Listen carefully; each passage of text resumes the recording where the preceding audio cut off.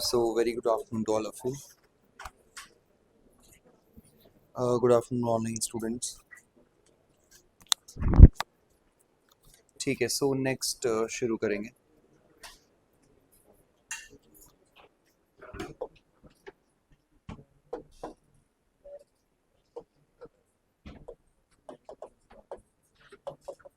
Disaster management.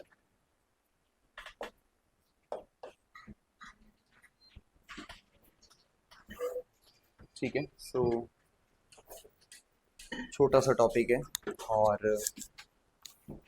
काफ़ी scoring भी है और बेसिकली मेंस में काफ़ी क्वेश्चंस यहाँ से आ जाते हैं.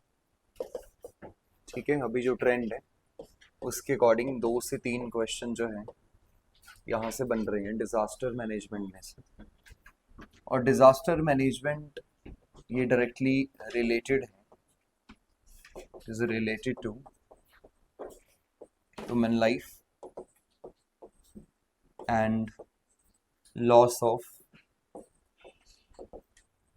animal life, environment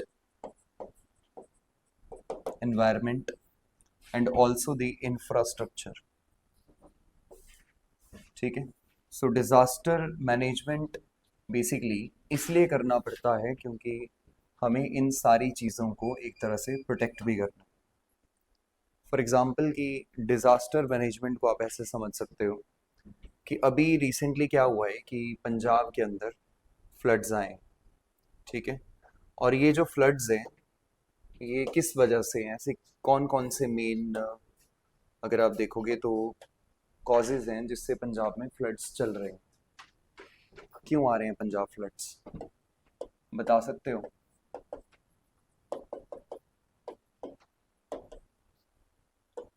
twenty 25. ठीक है, सो अभी जो ये फ्लड्स हैं उसमें ऑलमोस्ट 15 डिस्ट्रिक्ट्स पंजाब की ये सब फेस कर रही हैं. अब क्यों हुआ है, तो इसके पीछे का जो कारण है वो सबसे पहला ये है कि 70 to 80% जो रेनफॉल है इंडिया का, रेनफॉल ऑफ इंडिया, ये इन्हीं 3 से 4 मंथ में होता है, जो कि जून से लेकर के सितंबर मंथ तक ऑलमोस्ट रहता है. ठीक है, तो टोटल जो रेनफॉल है उसका 70 to 80% रेनफॉल किस में हो गया आपका, ये रेनफॉल आजकल के मंथ में होता है और ये जून से सितंबर तक के बीच में आपको देखने को मिलेगा. तो काफ़ी ज़्यादा यानी कि हैवी रेनफॉल है, काफ़ी ज़्यादा रेनफॉल हो रहा है. अब इस रेनफॉल के साथ क्या हुआ है कि इस बार जो बारिशें हैं वो एवरेज से बहुत ज़्यादा हुई. ठीक है, तो एवरेज से रेनफॉल ज़्यादा हो गया. अब जब एवरेज से ज़्यादा रेनफॉल होता है तो उसकी वजह से जितने भी लाइक पहाड़ों के ऊपर यानी हिली रीजन्स में यहाँ पे इस बार क्लाउड बर्स्ट की एक्टिविटीज भी बढ़ी. तो क्लाउड बर्स्ट भी बहुत सारे हुए. तो इस क्लाउड बर्स्ट की वजह से क्या होता है कि रिवर्स जितनी भी होती है उनमें फ्लो बहुत ज़्यादा हो जाता है. सो मैक्सिमम जो रिवर्स होती है उनमें सेडिमेंट्स बहुत ज़्यादा होते हैं, सेडिमेंट्स. सो सेडिमेंट्स राइज करते हैं और राइज करने के बाद जो रिवर का नेचुरल चैनल होता है, जैसे ये मान लीजिए कोई नेचुरल चैनल है और इसमें ये कोई रिवर है, तो इस रिवर के अंदर यहाँ पे जब ये रेत मिट्टी पत्थर वगैरह ज़्यादा भरेगा तो अब रिवर यहाँ से क्या करेगी, ओवरफ्लो कर जाती है. तो जैसे ओवरफ्लो करती है तो बाहर वाले एरिया के अंदर ये पानी शिफ्ट होता है और इस एरिया में फ्लड्स का कारण बनता है. तो क्लाउड बर्स्ट होने से पानी ज़्यादा हुआ और जो सेडिमेंट्स हैं वो भी आपके ज़्यादा हुए और उन्हीं सेडिमेंट्स की वजह से अब ये जो जितनी रिवर्स आपको यहाँ पे मिल रही हैं तो ये रिवर्स भी ओवरफ्लो करने लग गई. तो उससे आगे जो डैम था यानी कि जो हम डैम्स वगैरह बनाते हैं उनमें भी जब वाटर ज़्यादा हुआ तो उनके गेट्स वगैरह जब ओपन किए गए, ठीक है, मल्टीपल डैम्स हैं, जब इनको ओपन किया तो वाटर फ्लो और ज़्यादा हो गया जिससे पूरे प्लेन्स के एरिया के अंदर, ठीक है, यहाँ पे जैसे कि रावी रिवर, रावी और आपकी दूसरी जो है ऊपर जम्मू में यहाँ भी फ्लड्स आए. ठीक है, चिनाब में भी फ्लड्स थे.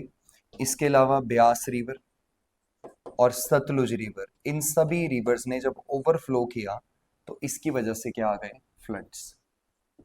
ठीक है, जिसमें आपने देखा होगा कि 2 लाख एकड़ के आसपास की जो पूरी लैंड है वो सबमर्ज हो चुकी है पूरी तरह से, और उसमें लोगों के जो घर हैं वो भी बेसिकली डूब चुके हैं। तो उन घरों के अंदर जो सामान रखा था वो सामान भी बेसिकली खराब हो गया। ठीक है, काफ़ी सारे जो लोगों की डेथ भी हुई, आई थिंक 50 के आसपास लोगों की डेथ भी हो गई।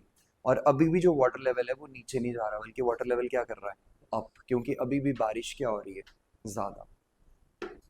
तो ऐसी सिचुएशन के अंदर जब इतना कुछ होता है तो ना तो आपकी सड़कें काम आती, क्योंकि सड़क तो पूरी पानी में डूब गई, तो उससे जो नॉर्मल लाइफ होती है वो पूरी तरह से डिस्टर्ब हो जाती है। मतलब आप लोग, अगर आपको दूध भी लेना होगा वो भी नहीं मिल पाएगा, क्योंकि लोकल भी खरीदना होगा तो जिन लोगों ने गाय भैंस बकरी पाली भी होगी बेचारी, वो भी क्या कर गई, वो भी साथ चलेगी। तो कुछ कहते हैं कि वो तो पाकिस्तान भी क्रॉस कर गई है, कुछ भैंसें, मतलब यहाँ से रिलीज हुई सीधी कहाँ पहुंच गई, पाकिस्तान। और एनिमल लॉस भी हुआ है। अब वो भी तो कौन सी सस्ती होती हैं, वो भी महंगी होती हैं, लोगों के घर भी बर्बाद हो गए, वो भैंस भी चली गई, सड़कें भी टूट गई, इंफ्रास्ट्रक्चर का लॉस हो गया। तो ब्रेड नहीं मिल पा रही, बिस्किट नहीं मिल पा रहे, दुकानें जो है उनमें सामान रखा था वो सारा खराब हो गया। तो जो normal activities day day to day चलती थी वो सारी एक्टिविटीज आपकी डिसरप्ट कर गई हैं इस केस के अंदर। तो डिजास्टर जब कभी भी आता है तो आपकी नॉर्मल लाइफ को वो पूरी तरह से डिस्टर्ब कर देता है, और इस तरह से डिस्टर्ब करता है कि फिर बड़ी जल्दी हम उस लॉस से रिकवर नहीं कर पाते। हमें उस, अगर हमें उससे रिकवर करना हो तो उसको रिकवर करने के लिए हमें काफ़ी ज़्यादा समय लग जाता है। ठीक है, उसके लिए फिर पैसा भी ज़्यादा लगेगा। ठीक है, बाकी जो लॉस ऑफ लाइफ है उसको तो रिपेयर नहीं किया जा सकता, बट बाकी जो लॉसेस होते हैं उन लॉसेस को हमें मैनेज करना पड़ता है। बट उसको मैनेज करने के लिए भी हमें क्या लगेगा, समय लगेगा बेसिकली। ठीक है, तो यहाँ पे यही है डिजास्टर मैनेजमेंट, कि अगर ऐसा कुछ डिजास्टर आए तो हम उसको कैसे मैनेज करेंगे, क्योंकि पूरी सोसाइटी को एक साथ आना पड़ता है ऐसे डिजास्टर से डील करने के लिए। ठीक है, तो अब यूपीएससी में सिलेबस क्यों डाला हुआ है, तो बहुत ही सिंपल सी चीज़ है कि जब लोगों से रिलेटेड है, तो जब लोगों के लिए काम ही करना है, जब पूरी सर्विस ही लोगों के लिए है, तो फिर हमें ये भी पढ़ना पड़ेगा। अल्टीमेटली आपने देखा होगा कि जितने भी अभी तक डिजास्टर्स हुए हैं उसमें जो डिप्टी कमिश्नर होता है, जिसको हम बेसिकली डीसी बोलते हैं, या नॉर्मली हम उसको उसको कई सारे नाम से अलग अलग एरिया में जानते हैं। एक तो बहुत सिंपल तरीके से आपने सुना होगा कि जैसे सिंपल बोल दिया डीसी, तो डीसी मतलब डेप्यूटी कमिश्नर। कमिश्नर वो होता है जो रेवेन्यू ऑफिसर्स, रेवेन्यू मतलब जितने भी आपके लैंड के मामले होते हैं, उनमें टैक्सेशन के मामले होते हैं, उसके अंदर वो कलेक्शन ऑफिसर होता है, उसके नाम पे टैक्स कलेक्शन होता है। तो ये कलेक्ट करता है डिस्ट्रिक्ट के अंदर। तो ये रेवेन्यू का सबसे हाईएस्ट ऑफिसर होता है डिस्ट्रिक्ट में। इसके अलावा इसके पास कई सारी मैजिस्ट्रेट की पावर्स भी होती हैं। तो मैजिस्ट्रेट मतलब कि एक एग्जीक्यूटिव मैजिस्ट्रेट होता है। एग्जीक्यूटिव मैजिस्ट्रेट मतलब कुछ इसको ऐसी पावर्स भी दी जाती हैं सोसाइटी चलाने के लिए, जिसमें काफ़ी अच्छे जो है ये स्टेप्स ले सकता है, किसी के खिलाफ कार्रवाई भी कर सकता है, तो उसको मैजिस्ट्रियल पावर्स बोलते हैं। तो यहाँ पे ये एग्जीक्यूटिव मैजिस्ट्रेट भी है, तो इसके अकॉर्डिंग भी काम करेगा। जैसे आपने देखा होगा अभी छुट्टियां वगैरह हुई थी, ठीक है, 7 दिन तक छुट्टी थी, या फिर अब आगे छुट्टी बढ़ानी है नहीं बढ़ानी है, मान लो किसी पर्टिकुलर डिस्ट्रिक्ट के अंदर कोई बड़ा डिजास्टर आ गया, तो जैसे ही उस डिस्ट्रिक्ट के अंदर कोई डिजास्टर आता है तो उस केस में उस डिस्ट्रिक्ट में अब डिस्ट्रिक्ट मैजिस्ट्रेट ये डिसाइड करेगा कि वो देखेगा कि हाँ अगर ज़्यादा बड़ा डिजास्टर है तो मतलब बच्चों को स्कूल नहीं भेज पाएंगे, तो उनको अगर स्कूल नहीं भेज सकते क्योंकि वो लॉस ऑफ लाइफ हो सकता है, तो इसके लिए वो क्या करेगा, एक ऑर्डर पास करेगा, और ऑर्डर पास करके पूरी डिस्ट्रिक्ट में छुट्टी कर देगा स्कूल्स के अंदर। तो जब उसने वो पावर एक्सरसाइज करी तो वहां पे वो किस कैपेसिटी पे कर रहा है, डिस्ट्रिक्ट मैजिस्ट्रेट के बेसिस पे।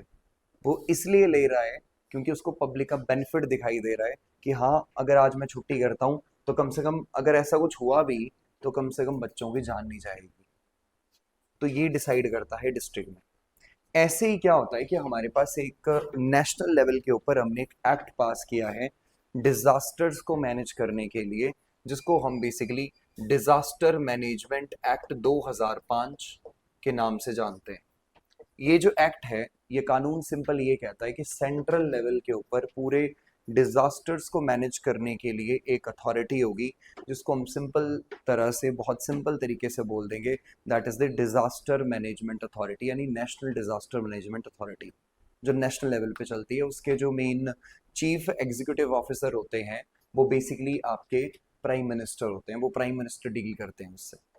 वैसे स्टेट लेवल पे आप देखोगे तो स्टेट लेवल पे आपको मिल जाएंगे चीफ मिनिस्टर, यानी कि जो स्टेट डिजास्टर मैनेजमेंट अथॉरिटी होती है। ऐसी एक डिस्ट्रिक्ट लेवल पे भी अथॉरिटी होती है, तो डिस्ट्रिक्ट लेवल की अथॉरिटी को जो चलाता है वो ये डिस्ट्रिक्ट मैजिस्ट्रेट होता है, जो वहाँ पे हम इसको बड़े सिंपल तरीके से बोल देते हैं chief executive officer of the district disaster management authority. ठीक है, तो वो चलाएगा, उसके अंडर है वो सारा काम।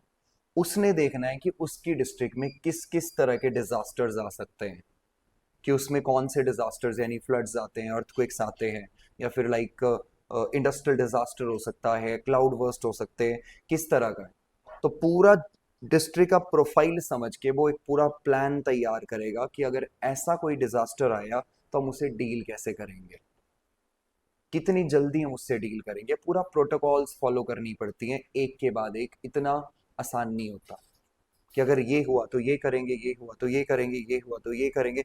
ऐसी पूरी प्रोटोकॉल्स होते हैं जिसमें हम स्टैंडर्ड ऑपरेटिंग प्रोसीजर्स को फॉलो करते हैं। तो कोई भी डिस्ट्रिक्ट मैजिस्ट्रेट होगा तो वो लगातार मीटिंग्स लेता रहता है डिस्ट्रिक्ट मैनेजमेंट अथॉरिटी के साथ में। तो उसमें क्या होता है डिस्ट्रिक्ट मैनेजमेंट अथॉरिटी में, उसमें वो जब भी कोई मीटिंग होगी ऐसी, तो फॉर एग्जांपल कि जैसे फ्लड्स आ गए, तो फ्लड्स के केस में क्या होता है कि जब भी मीटिंग होगी तो ये मॉनसून के पहले होगी, क्योंकि मॉनसून में ही क्या आते हैं, फ्लड्स आते हैं। तो मॉनसून के 4 महीने पहले मीटिंग बुलाई, उस मीटिंग के अंदर पूरी डिस्ट्रिक्ट के जितने भी सब डिविजनल ऑफिसर्स होते हैं उनको बुलाया जाएगा, यानी कि जो एसडीएम होंगे उनको बिठाएंगे लाइन वार सबको। ठीक है, और इधर जो है वो हॉस्पिटल के से की तरफ से जो चीफ मेडिकल ऑफिसर हैं उनको बुला देंगे, वो बैठेंगे। फिर पीडब्ल्यूडी होता है, पब्लिक वर्क्स डिपार्टमेंट, उनका जो चीफ इंजीनियर है वो बैठा होगा साथ में। इरिगेशन एंड पब्लिक हेल्थ का चीफ इंजीनियर होगा, या जो फायर ब्रिगेड, जो फायर ऑफिसर है डिस्ट्रिक्ट का, वो भी बैठे होंगे। ठीक है, जितनी म्यूनिसिपल काउंसिल्स हैं या कॉरपोरेशंस हैं उनके मेन कमिश्नर्स हैं, उनको इनवाइट किया जाएगा। ऐसे कुछ लोग जनता में से भी इनवाइट किए जाते हैं जिनको हम बेसिकली पब्लिक रिप्रेजेंटेटिव हम लोग कह सकते हैं। उनको भी बुलाते हैं, उनको बिठाते हैं बीच में। कोई अब बड़ा एनजीओ है उसमें कोई बंदा काम कर रहा है, उसको बुला लिया, उनको बिठा लिया। अब यहाँ डिस्कशन होता है कि हो सकता है इस बार मानसून ज्यादा आए तो फ्लड्स आ सकते हैं, तो हम वो तैयारी देखेंगे वो क्या क्या कर सकते हैं। तो सबसे पहले वो पूछेंगे चीफ मेडिकल ऑफिसर को कि बता भाई कितने हॉस्पिटल में कितनी कैपेसिटी है इमरजेंसी डील करने की, कि कोई बड़ा अचानक से अगर फ्लड आ गया तो कैजुअलिटीज भी हो सकती हैं। ठीक है, लोगों को चोट भी लग सकती है। तो उस केस में आप कितने लोगों को कहाँ कहाँ पे आप बेसिकली इवैक्यूएट करवा सकते हो, कितनी लाइफ सेविंग मेडिसिन हैं आपके पास, कितने वेंटिलेटर्स हैं आपके पास, कितनी आपके पास मलेरिया की दवाई है, कितनी आपके पास डेंगू की दवाई है, तो बताएगा कि इतनी। तो एक एस्टिमेट वो लगाते हैं कि अगर इतना एरिया डूब गया तो इतनी कैजुअलिटीज हो सकती हैं, तो उस केस में कहाँ कहाँ किस किस सेक्शन में हमें स्टॉक करना पड़ेगा दवाइयों को, ये भी आपका डिस्ट्रिक्ट मैजिस्ट्रेट ही ऑर्डर करता है। तो बोल देगा कि इतना स्टॉक कर लो, इसको स्टेचर्स इतने लगा दो, इतनी एम्बुलेंस कर दो। ठीक है, तो ऑलरेडी हमें ये सब चाहिए। किस एरिया में जो ज्यादा फ्लड्स के चांसेस होंगे उस एरिया में फिर वो अगले वाले को पकड़ेंगे, जो पीडब्ल्यूडी वाला होगा या फिर जो कैनाल सिस्टम वाले होंगे उनको पकड़ लेंगे, उनको बिठाएंगे, उनको बोलेंगे कि जितना भी रिवर के साथ में जो रिवर बैंक्स हैं जो अभी खाली हैं लेकिन फ्लड्स में वो भर जाता है एरिया, तो उसमें आप क्या कीजिए, उसमें आप एक तरह से सेमी परमानेंट बैरियर्स क्रिएट कीजिए। कि बोरियां ली, बोरियों में रेत भरा, भर भर के साइड में लगाना स्टार्ट कर दिया कि अगर वाटर ज्यादा भी आया तो वो रिवर इरोड ना कर पाए किनारों को। अगर वो इरोड नहीं करेगी तो बच जाएगा, तो वहां से वाटर सीधा सीधा क्या कर सकता है, आगे निकल सकता है। तो हम बचा सकते हैं, तो अंदर फिर फ्लड नहीं जाएगा, तो उसको और ऊंचा कर देंगे, उसको और स्ट्रॉन्ग करेंगे। ये भी एक चीज हो सकती है, बट ये एक तरह से ऐसा स्टेप होता है जो हमें करवाना पड़ेगा। ठीक है, तो वो इंजीनियर ही कर पाएंगे, वही कर सकते हैं वो। तो ये कर दिया। इसके बाद फिर अगला जो डिपार्टमेंट आप लोग सीधा पकड़ सकते हो, ठीक है, वो म्युनिसिपल कॉरपोरेशन है। शहरों में सबसे बड़ी प्रॉब्लम है आज अर्बन फ्लडिंग की। हल्की सी बारिश हुई नहीं कि आप देखते हो यहाँ यहाँ तक पानी भर जाता है, ना गाड़ियां चलती, कुछ भी नहीं चलता। सुबह ऑफिस आना बड़ी प्रॉब्लम हो जाती है।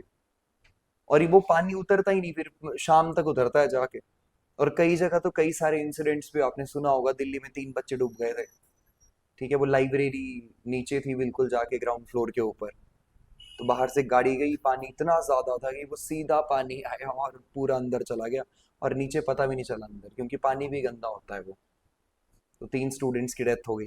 फिर ऊपर से वायरिंग आपने देखी होगी, ओपन वायरिंग्स होती है मैक्सिमम, जिससे जब पानी भर जाता है तो एक आधे, अगर कोई खंबा, कोई है, कोई टावर टूवर है, तो उससे एक आधी अगर वायर नीचे चली गई, तो पानी के अंदर भी आप देखोगे लोग डांस करना स्टार्ट कर देंगे बिना गानों के, क्योंकि झटके लगेंगे बिजली के। आपको लगेगा ये पार्टी कर रहे हैं सारे, बट ये नहीं पता कि नहीं, इनको बिजली के झटके लग रहे हैं सबको। ये भी हो सकता है मोस्ट कॉमन। तो ऐसे में हम इन डिजास्टर्स को कैसे मैनेज करेंगे, यही मेन चीज आती है। इसी को प्रॉपर पूरा हम किस में लेके आते हैं, डिजास्टर मैनेजमेंट में। ऐसे कई तरह के डिजास्टर्स हैं, कुछ हमारे पास होते हैं मैन मेड और कुछ होते हैं नेचुरल डिजास्टर्स। तो ये डिस्ट्रिक्ट मैजिस्ट्रेट की रिस्पॉन्सिबिलिटी होती है कि वो इन डिजास्टर्स को रोक सके, इनसे होने वाले नुकसान को रोके, इनसे होने वाली कैजुअलिटीज को रोके। ठीक है, और लोगों को ज्यादा से ज्यादा क्या करे, एडमिनिस्ट्रेशन का सपोर्ट प्रोवाइड करके दे, कि लोग जल्दी उससे बाहर आ जाएं। ठीक है, फ्लड्स तो चलो आज भरे हैं, 10-15 दिन बाद वाटर लेवल डाउन होगा, ठीक हो जाएगा। बट आप सोचो अगर अर्थक्वेक आए, तो उस अर्थक्वेक से कितना बड़ा नुकसान होता है। अफगानिस्तान में आप देखो 400 से ज्यादा लोग मारे गए। टर्की में पीछे ऐसे अर्थक्वेक्स आए थे, कितने लोग मारे गए, कितने लोगों को माइग्रेशन फील करना पड़ा। 50 से 60 हजार लोग वहां से माइग्रेट हुए उस एरिया से। उनको नई जगह जाना पड़ेगा, घर बनाना पड़ेगा, ठीक है, इनकम का सोर्स जनरेट करना पड़ेगा। ठीक है, करोड़ों का नुकसान हो गया। तो ऐसे डिजास्टर जो ह्यूमन कैपेसिटी से भी बाहर चले जाते हैं, जिनसे हम डील नहीं कर पाते, तो उनको हम बेसिकली बोलते हैं नेचुरल डिजास्टर्स। क्या बोलते हैं, नेचुरल डिजास्टर्स। समझ आ गया। तो डिजास्टर एक ऐसी सिचुएशन होती है जिसमें हमारे पूरे day to day operations, day to day life, और प्रॉपरली कहें तो पूरी सोसाइटी जो है उसका फंक्शनिंग रुक जाता है, वो फंक्शन नहीं कर पाती प्रॉपरली।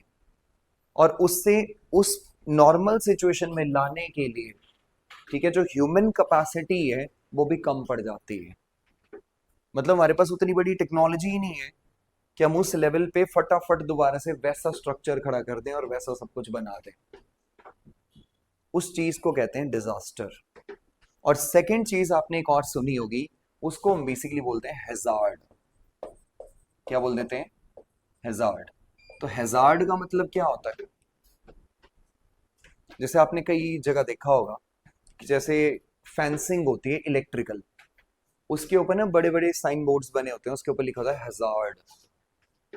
या फिर आप कभी लाइक कभी वहां गए होंगे हॉस्पिटल में, डिपार्टमेंट ऑफ न्यूक्लियर मेडिसिन, जिसमें वो सीटी स्कैन होता है, एमआरआई होता है, या पैट स्कैन होता है, और रेडियोलॉजी वगैरह जो डिपार्टमेंट्स हैं, वहां भी लिखा होता है हैजार्ड या डेंजर, या फिर क्या लिखा होता है, हैजार्ड। हैजार्ड का मतलब होता है एक तरह की वार्निंग है वो, कि इस एरिया में कोई ऐसी चीज है जो बहुत बड़ा नुकसान कर सकती है, मतलब उसमें एक पोटेंशियल है कि वो आपको बड़ा नुकसान कर सके। उसको हम बेसिकली बोल देते हैं हैजार्ड। क्या बोलते हैं, हैजार्ड। जैसे कि सिंपल तरीके से आप देखते हो तो हमारे पास न्यूक्लियर पावर स्टेशन होते हैं। तो न्यूक्लियर पावर स्टेशन के अंदर हम न्यूक्लियर रिएक्टर यूज करते हैं। उस रिएक्टर के अंदर फ्यूल डाल दिया, फ्यूल से क्या जनरेट किया, इलेक्ट्रिसिटी। पर अगर बाई चांस अगर आप ये सोचो कि वो रिएक्टर वहां पे अनकंट्रोल्ड हो गया, उसमें रिएक्शन, और वो अगर अनकंट्रोल्ड हो गया तो वो क्या कर जाएगा, ब्लास्ट। और ब्लास्ट हुआ तो रेडिएशन वहां से बाहर की तरफ फैलेगी, और कई 100 किलोमीटर्स तक वो रेडिएशन जा सकती है, जिस रेडिएशन की वजह से ना तो वहाँ एग्रीकल्चर होगा, ना तो वहाँ पीने का पानी आप यूज कर सकते। ठीक है, आसपास जब हवा में वो चीज फैल जाएगी तो कई सारे लोगों की डेथ भी हो जाएगी, और कई लोगों में म्यूटेशंस भी देखने को मिलेंगी कई सालों तक। अजीब बीमारियां होंगी, मतलब रेयर टाइप की। तो वो कब होगा, जब अगर वो डिजास्टर में कन्वर्ट होगा। तो इसका मतलब वो साइट ही पूरी हैजार्ड है, वो खतरनाक है वो। लेकिन अभी तक डिजास्टर नहीं हुआ है। डिजास्टर तब होगा जब वहां से भी ब्लास्ट हो गया। डन। ठीक है, तो उसको हम बेसिकली हैजार्ड की कैटेगरी में रखते हैं। ठीक है, डन। तो फर्स्ट लिख लो डिजास्टर, सेम वैसे जैसे हमने ज्योग्राफी किया, देन अगेन पैटर्न वही रहेगा सेम। तो फर्स्ट लिख लो disaster. It is a serious disruption, is a serious disruption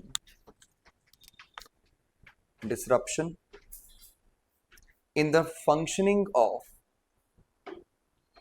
it is a serious disruption in the functioning of the community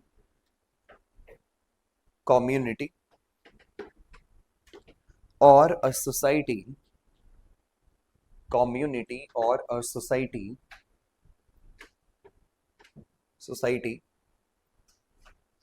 causing widespread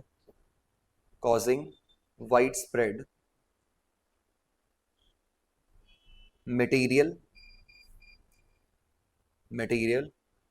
economic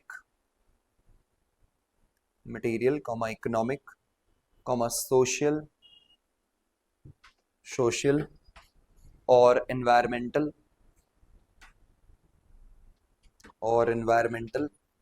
losses which exceed the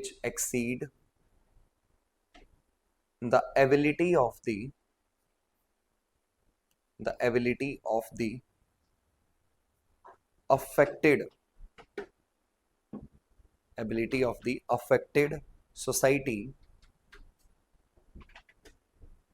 to cope COPE using its own resources.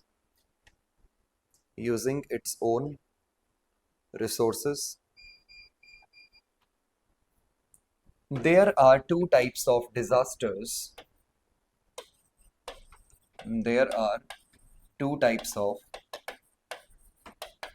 disasters. One is natural and the second one is man-made.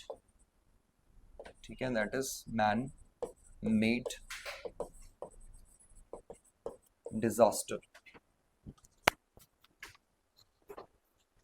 ठीक है, लिख दिया natural disasters and second side कौन सा आ गया, man made disaster. So natural disaster के नीचे सबसे पहला डिजास्टर लिख लीजिए, कौन सा है? First is earthquakes. So earthquakes सभी ने एक्सपीरियंस किया है मैक्सिमम, ठीक है। और अर्थक्वेक्स क्या होता है? This is just a sudden shaking of the earth. हल्का सा जैसे वो वाइब्रेशंस क्रिएट होती हैं अर्थ के अंदर से, तो उसकी वजह से सारी ऊपर वाला जितना सरफेस है वो सारा क्या करता है, शेक करता है ऐसे। और जब वो हिलेगा तो ऑब्वियसली जो ये झटके होते हैं तो उसके ऊपर जितनी चीजें हैं वो सारी की सारी क्या कर जाएंगी, वो सब की सब उनका बैलेंस खत्म होगा।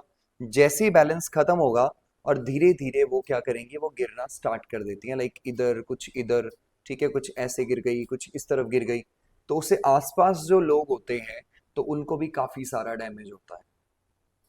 और भारत का टोटल अगर आप एरिया देखोगे तो that is like about 59% area earthquake prone है। तो पूरा टोटल एरिया जितना है हमारा, उसका 59% एरिया कौन सा है, अर्थक्वेक प्रोन। और छोटे मोटे अर्थक्वेक नहीं आते यहाँ पे, अभी तो खैर नहीं आया वो इतना बड़ा, भुज में आया था लास्ट, बाकी तो अभी आया नहीं है, बट आएगा। काफी समय से हिमालय में कोई बड़ा अर्थक्वेक नहीं आया हुआ है, और ये काफी ज्यादा प्रोजेक्शंस हैं दुनिया भर में, ये कहा जा रहा है एक बड़ा अर्थक्वेक आएगा। और अगर वो बड़ा अर्थक्वेक आया तो वी आर नॉट रेडी, ठीक है, हम लोग उसके लिए तैयार भी नहीं है कि वो जितने बड़े लेवल पे नुकसान करेगा। अभी तो कुछ भी नहीं हो रहा, अभी तो फ्लड है, तो मतलब ये है कि ठीक है, अभी ठीक हो जाएगा कुछ समय के बाद। अर्थक्वेक आया तो आप ये मान लीजिए हमारे शहर के शहर साफ हो जाएंगे पूरे। जिस हिसाब से इलीगल कंस्ट्रक्शन हुआ है, जिस हिसाब से बिल्डिंग्स को डिजाइन किया गया है, जिस हिसाब से एंक्रोचमेंट हुआ है, सारी एंक्रोचमेंट खत्म हो जाएगी टोटल। और मैक्सिमम जो लोग पहाड़ों पे घूमने जाते हैं उनको लगता है कि हाँ वो शहर बड़े बड़े हो गए हैं, वो सब के सब नीचे आएंगे। एग्जाम्पल के लिए अगर आप शिमला की बात करोगे तो 98% शिमला अर्थक्वेक प्रोन है। और जब वहां पे पहाड़ के ऊपर ऐसी स्लोप होती है और उसके ऊपर बिल्कुल बिल्डिंग आपकी ऐसे होती है 70 डिग्री, 75 डिग्री, 80 डिग्री पे, और वो भी 10-10 मंजिला बिल्डिंग वहां पे बनी हुई है, उसका फाउंडेशन भी स्ट्रांग नहीं है। ऐसी कई सारी वीडियोस भी आपने आजकल देखी होंगी कि हल्की सी बारिश होती है और बारिश की वजह से पूरा मकान ही नीचे आ जाता है, या फिर पहाड़ों में बड़े बड़े क्रैक्स पड़ रहे हैं। ठीक है, इतनी बड़े बड़े क्रैक्स पड़ चुके हैं और डेली वो हिस्सा नीचे आता ही जा रहा है। जोशीमठ ने एग्जाम्पल सेट किया था, जोशीमठ उत्तराखंड में एक एरिया है, ठीक है, आपका अलकनंदा रिवर जो आती है उसके पास। तो वो धीरे धीरे वो श्रिंक हुआ, वो नीचे आना स्टार्ट कर गया। उसने कहा कि ऐसा कहीं और भी हो सकता है, लेकिन तब भी कुछ नहीं सीखा और कंस्ट्रक्शन करते गए करते गए करते गए। अब वो इतना वेट बढ़ चुका है कि बारिश जब होती है तो जितना ड्रेनेज है वो सब रोक दिया है। और जितने भी पहले नेचुरल नाले होते थे तो नाले के ऊपर मिट्टी डाल के, ठीक है, उसके ऊपर घर बना दिया। तो एक घर बना तो लाइन में 50 बन गए वहां पे। अब जब पानी इतना आ रहा है तो उस पानी की वजह से एक साफ हुआ तो वो सबको साथ लेके जा रहा है। और जब 7 के 8 के आसपास का अगर मैग्नीट्यूड का अर्थक्वेक आया तो बिल्डिंग्स पता कैसे हिलती हैं, जैसे ताश के पत्ते नहीं हिलते, तो वैसे हिलती हैं बिल्डिंग्स। तो अगर इस लेवल का अर्थक्वेक आया तो बिल्डिंग सबके सब कोलैप्स करेंगी। कैजुअलिटी इसलिए ज्यादा होगी कि लोग अगर बाहर भी निकले तो वो मटेरियल उन्हीं के ऊपर कोलैप्स करेगा, क्योंकि बाहर निकलने को जगह नहीं है। दिल्ली के अंदर बड़ी सारी इलीगल ऐसी कॉलोनीज हैं। इलीगल मतलब कि वो सरकारी जमीन पे कब्जा करके बनाई गई हैं, उसमें लोग रहते हैं।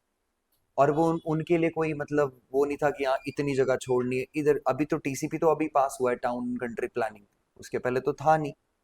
तो जितना वहां वो कंस्ट्रक्शन हुआ है तो उससे भी नुकसान होगा, वो भी गिर जाएंगे, हल्का झटका या सब नीचे। दिल्ली भी अर्थक्वेक प्रोन है।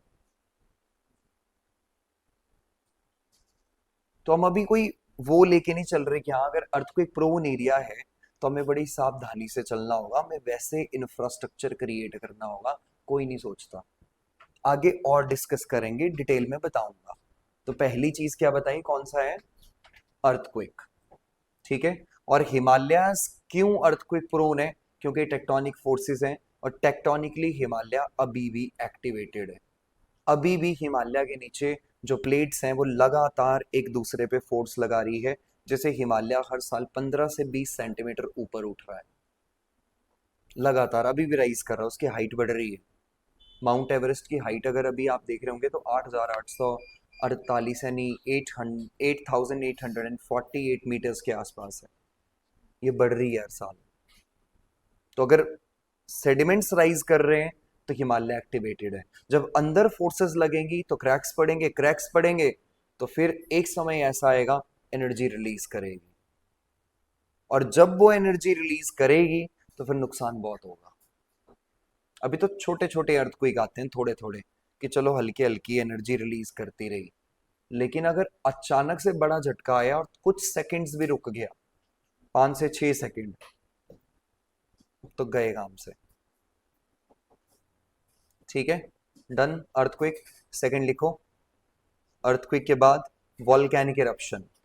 चलो भारत में इतना पंगा नहीं है वॉल्केनिक इरप्शन का, क्योंकि मेनलैंड के ऊपर तो कोई वॉल्केनो है ही नहीं हमारे यहाँ।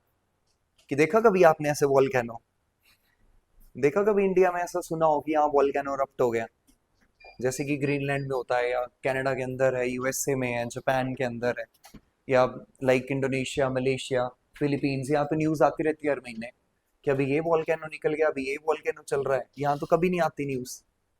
तो भारत में जो दो वॉल्केनोज हैं वो आपके सीधा सीधा अंडमान एंड निकोबार में है, बल्कि यहाँ नहीं है, इधर है ही नहीं कुछ, इधर कोई प्रॉब्लम नहीं है। ठीक है, कहाँ पे है, सीधा सीधा अंडमान एंड निकोबार। क्लियर। ठीक है, डन। तो सेकंड हुआ वॉल्केनिक इरप्शन। थर्ड हुआ अगला, that is the landslides. Third हुआ नेचुरल में लैंडस्लाइड। ठीक है, तो जिस लैंड के ऊपर रहने वही स्लाइड कर गई तो फिर सबके सब जाएंगे। ठीक है, और सब कुछ जाएगा जो भी है।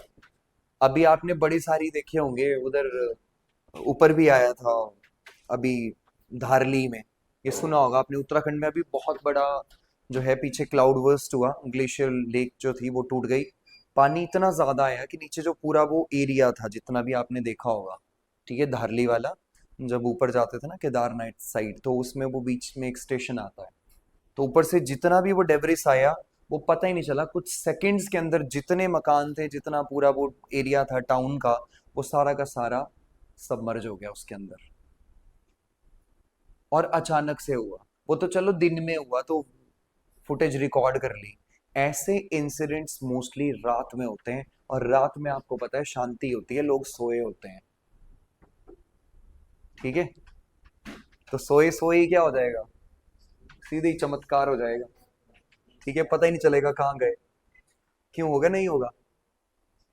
तो ये भी देखने को मिलता है। दिन को तो चलो मतलब शोर मचा लेते हैं थोड़ा बहुत, कि बंदा बाहर ही निकल जाता है कि क्या हुआ क्या हुआ क्या हुआ।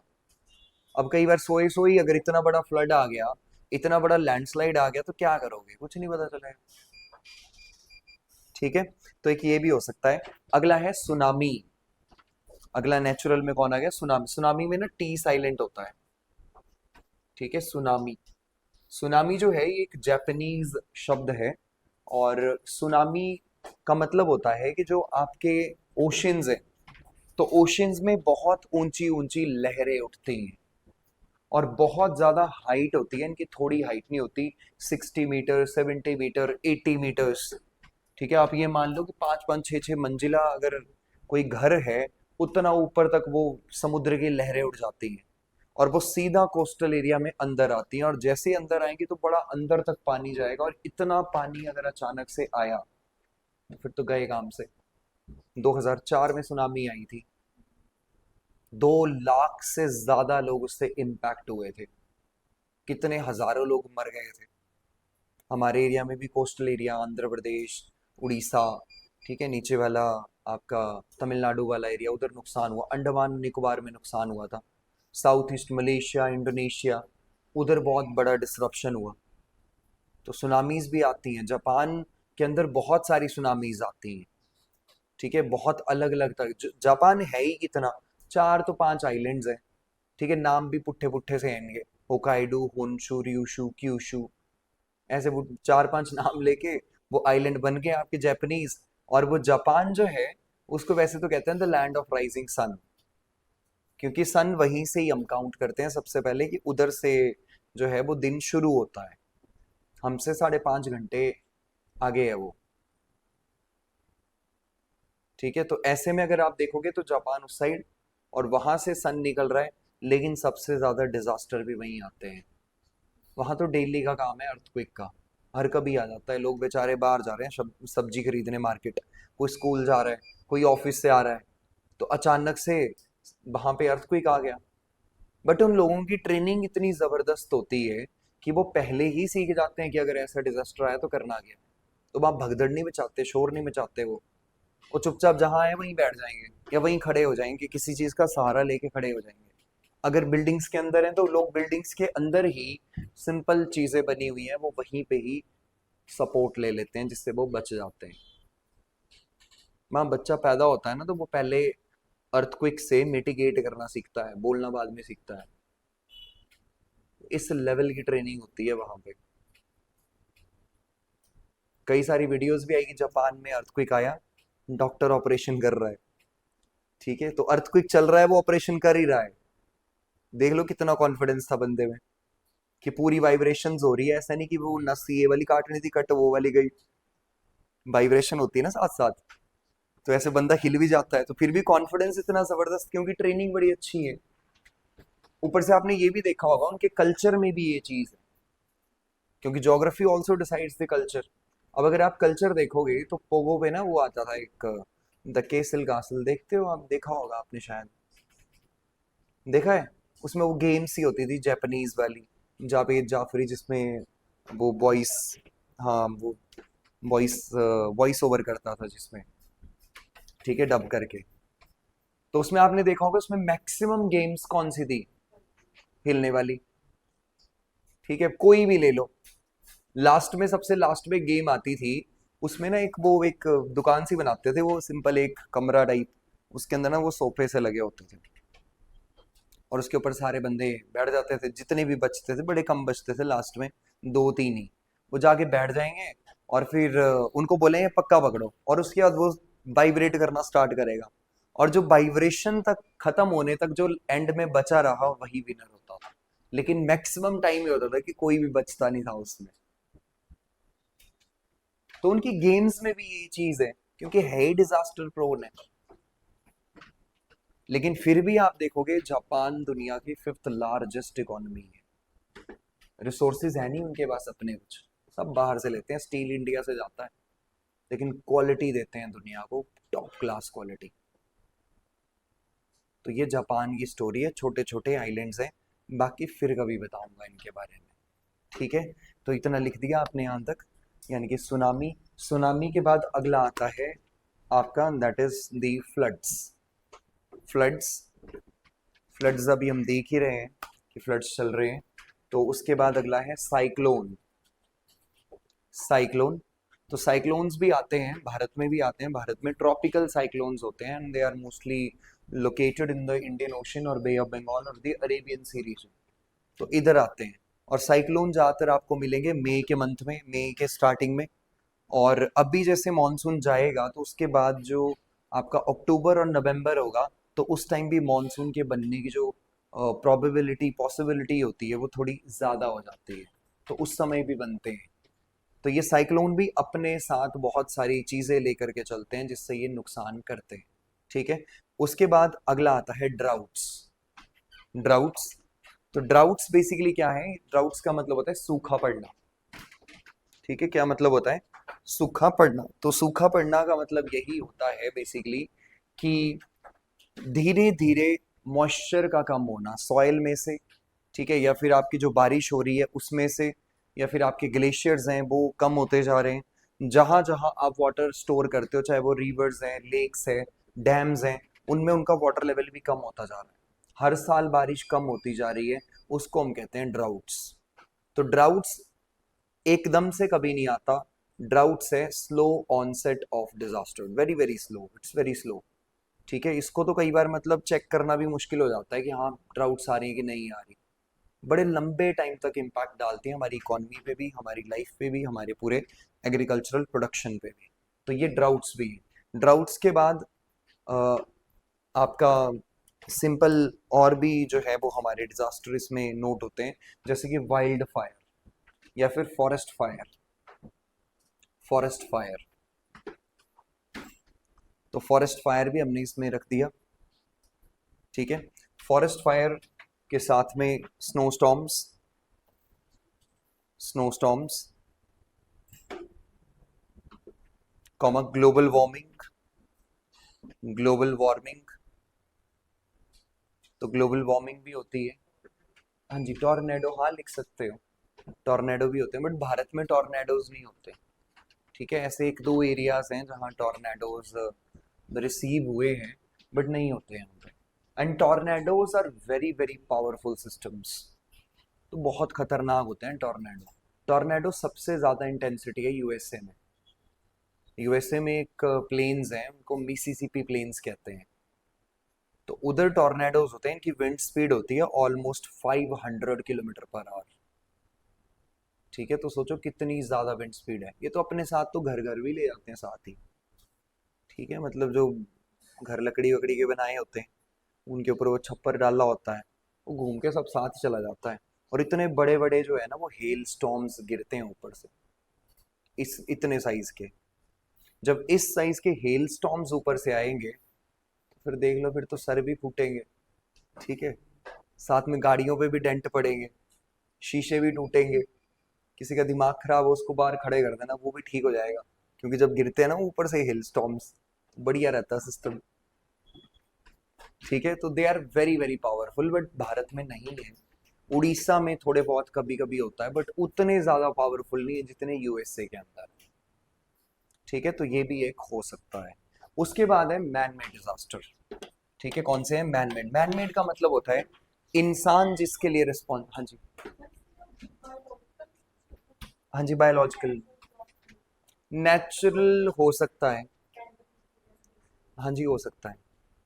वो तब है अगर नेचुरल तरीके, जैसे आप ये कह सकते हो कि फ्लड्स आए। कोविड 19 तो देखो, वो पेंडेमिक तो थी, पहले एपिडेमिक थी, फिर वो पेंडेमिक हुई। अब इन दोनों शब्दों में इतना ही डिफरेंस होता है कि जो कोविड 19 है, या जो सारस कोविड उसको हम बेसिकली लेके जाते हैं, तो उसमें ये रहा कि वो चाइना से चला। तो जब वो चाइना से चला तो वो एंडेमिक थी। ठीक है, अब उसमें ये हुआ कि चाइना से जब वो न्यूज़ चली थी नवंबर और दिसंबर के आसपास कि वहाँ कोई वायरस आया है, वुहान में काफ़ी लोग बीमार हो रहे हैं, तो उसको कंटेन नहीं कर पाए वो। सबसे बड़ा काम जो किया उसको पेंडेमिक बनाने का, वो किया आपके जितनी भी हमारी जो एयर ट्रैफिक चलती है उसने। क्योंकि पूरी दुनिया में एपिडेमिक फैलाने का एक ही तरीका है कि एक बार एयरपोर्ट पहुंच गई तो वो दुनिया के कई हिस्सों में पहुंच जाएगी, और उधर से वो यानी कि पेंडेमिक बनी, मतलब पूरी दुनिया में फैल गई फिर वो। तो उसको भी हम बिल्कुल डिजास्टर ही मानते हैं। बट अब ये कहना मुश्किल है कि वो नेचुरल था या मैनमेड था। नेचुरल का मतलब ये हुआ कि वो मान लो आप अचानक से कहीं से रिलीज हो गया। ठीक है, दैट्स कॉल्ड नेचुरल, क्योंकि ऐसे पूरी दुनिया में 16 लाख वायरस हैं, और उसमें से 8 लाख फ्रेंडली हैं, और 8 लाख जो है वो नॉन फ्रेंडली है, मतलब वो खतरनाक है। और लगातार ये एक्सपोज होते रहते हैं, लगातार निकलते रहते हैं, उसमें से एक ये भी था। हालांकि ये जो है, इसके पहले ये ऑलरेडी आ चुका था 2002 में। ये सारस कोविड 2 है, वन इसके पहले आ चुका है, बट वो खतरनाक नहीं था, ये वाला ज्यादा खतरनाक था जब ये आया। और इसने जब फैलना स्टार्ट किया तो इसके भी वेरिएंट्स अलग अलग मिले। आपने सुना होगा ये म्यूटेट करते हैं वायरस। म्यूटेट मतलब कि ये खुद को बदल लेते हैं कंडीशंस के हिसाब से, अपनी पूरी बॉडी की परफॉर्मेंस ही बदल लेंगे ये। जहां जैसा है इसने म्यूटेट कर लिया, चेंज हो गया, चेंज हो गया, चेंज हो गया, ऐसे करते करते करते पता नहीं कितने इसके जो वेरिएंट्स थे इन्होंने फैलना स्टार्ट कर दिया।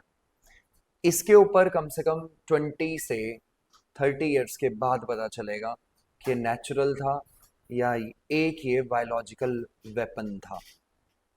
ठीक है, तो मैंने शब्द यूज किया बायोलॉजिकल वेपन। तो वेपन सिर्फ यही नहीं होते कि गोलियां चला दी और हैंड ग्रेनेड चला दिए, मिसाइलें चला दी। वेपन और भी कई तरह के होते हैं, जैसे साइबर वेपन्स होते हैं। साइबर अटैक, इतना साइबर अटैक कर दिया, ठीक है, कि आप कर देना कि जिससे आपका जो क्रिटिकल इंफ्रास्ट्रक्चर होता है, उस क्रिटिकल इंफ्रास्ट्रक्चर का पूरा लॉस करना, मतलब आपकी इलेक्ट्रिकल सप्लाई पूरी रुक गई, आपके पावर स्टेशन रुक गए, आपकी रेलगाड़ियां नहीं चल रही। ठीक है, और आपके इंटरनेट पे, ठीक है, इतना ज्यादा हमने ट्रैफिक डाल दिया कि वो सब कुछ डिसरप्ट कर गया, तो आप कोई चीज चला ही नहीं पाओगे। इकोनॉमिक स्लो डाउन हो जाता है ऐसी चीजों से। या स्टॉक मार्केट के अंदर अटैक कर दिया, तो उनको साइबर वेपन्स कहते हैं। ऐसी एक बायोलॉजिकल वेपन है, मतलब आपने एक वायरस को भेज दिया किसी कंट्री के अंदर कि वहां फैल जाए, वहां के लोग बीमार हो जाएं, वहां चीजें बंद हो जाए, और उससे वो कंट्री क्या करे, जो इकोनॉमिक ग्रोथ कर रही है वहां से वो स्लो डाउन होकर के नीचे आना स्टार्ट कर दे। ये अभी पता चलेगा कुछ समय के बाद। ठीक है, कुछ लोग कहते हैं कि चाइना ने फायर किया, कुछ लोग कहते हैं यूएस ने फायर किया। We don't know the answer. ठीक है, इसका आंसर दे सकती है वर्ल्ड हेल्थ ऑर्गेनाइजेशन। बट उसमें से आपने यही देखा होगा कि अभी जो ग्लोबल पॉलिटिक्स चल रही है, उसमें ट्रम्प ने डब्ल्यूएचओ से वो बाहर निकल गया। उसने कहा कि this is not the world health organisation but this is the China health organisation. कि मेनली जो है इसका इंटरेस्ट कहाँ है, चाइना में। वो भाग गया वहां से। हालांकि डब्ल्यूएचओ ने बहुत अच्छे अच्छे काम भी किए हैं दुनिया में। कई सारी ऐसी एपिडेमिक्स हैं जिनको इरेडिकेट करवा दिया प्रॉपरली। जैसे पोलियो आपने देखा होगा, तो पोलियो तो खत्म हो गया है भारत के अंदर, तो पाकिस्तान में तो अभी भी है। ठीक है, बांग्लादेश के अंदर भी अभी भी है। बट हमारे यहाँ वाइल्ड पोलियो तो कोई नहीं मिलता, ऐसा कोई केस ही नहीं है। तो ऐसे में डब्ल्यूएचओ ने भी क्या करी, मदद करी है हमारी, हमारे साथ काम किया है चीज़ें, वैक्सीन्स बनाने में, हमारी हेल्प करी है, तो वो तो वहां से भाग गया। तो ये होता है, तो हम कह सकते हैं कि एपिडेमिक्स भी जो है वो भी आपकी आती है, बट दोनों में लिखेंगे हम, इसमें भी और इसमें भी। ठीक है, तो लिख लेना एपिडेमिक्स। अब एपिडेमिक ये भी हो सकते हैं, सिर्फ मान लो डेंगू फैल गया, मलेरिया फैल गया। अब ये फ्लड्स में होता है ना, सब पानी भरा होता है, तो मच्छर जगह जगह इकट्ठे होंगे। ये फ्लड के बाद देखना केस बढ़ेंगे डेंगू के, डेंगी होगी, या फिर लाइक आपके टाइफॉइड के केसेस बढ़ेंगे, जॉन्डिस के केस बढ़ेंगे। अब जॉन्डिस के कितने केस अगर बढ़ने स्टार्ट हो गए, तो उसमें भी तो हॉस्पिटल तैयार रखने पड़ेंगे पहले से ही, कि भाई इतने लोगों को तो मतलब वो फैसिलिटेट करें, अदरवाइज तो डेथ होती है अदरवाइज। अभी भी डिस्ट्रिक्ट जो एडमिनिस्ट्रेशन होता है उसके रडार पे ये चीजें होती हैं। अगर डिस्ट्रिक्ट में कहीं भी 5 से ज्यादा जॉन्डिस की डेथ हो गई एक हफ्ते के अंदर, ये ऑटोमेटिकली एक्टिवेट हो जाते हैं, सैंपल लेते हैं सबसे पहले वाटर बॉडीज के, जहां से भी लोगों को वाटर की सप्लाई जाती है। कोई भी वाटर बॉडी अगर ऐसी मिली कि जिधर पानी गंदा हुआ या सेफ्टी स्टैंडर्ड्स के नीचे हुआ, तो फिर वो पता करते हैं कि हाँ क्या हुआ, ये कुछ नहीं करेगी। ठीक है, टेंशन मत लो।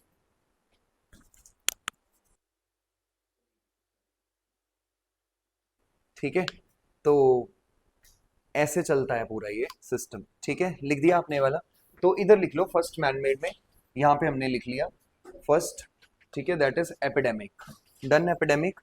सेकंड एक्सीडेंट, एक्सीडेंट तो कई बार जैसे अभी देखो ये हुआ था इधर गुजरात के अंदर, अहमदाबाद में प्लेन क्रैश हुआ था।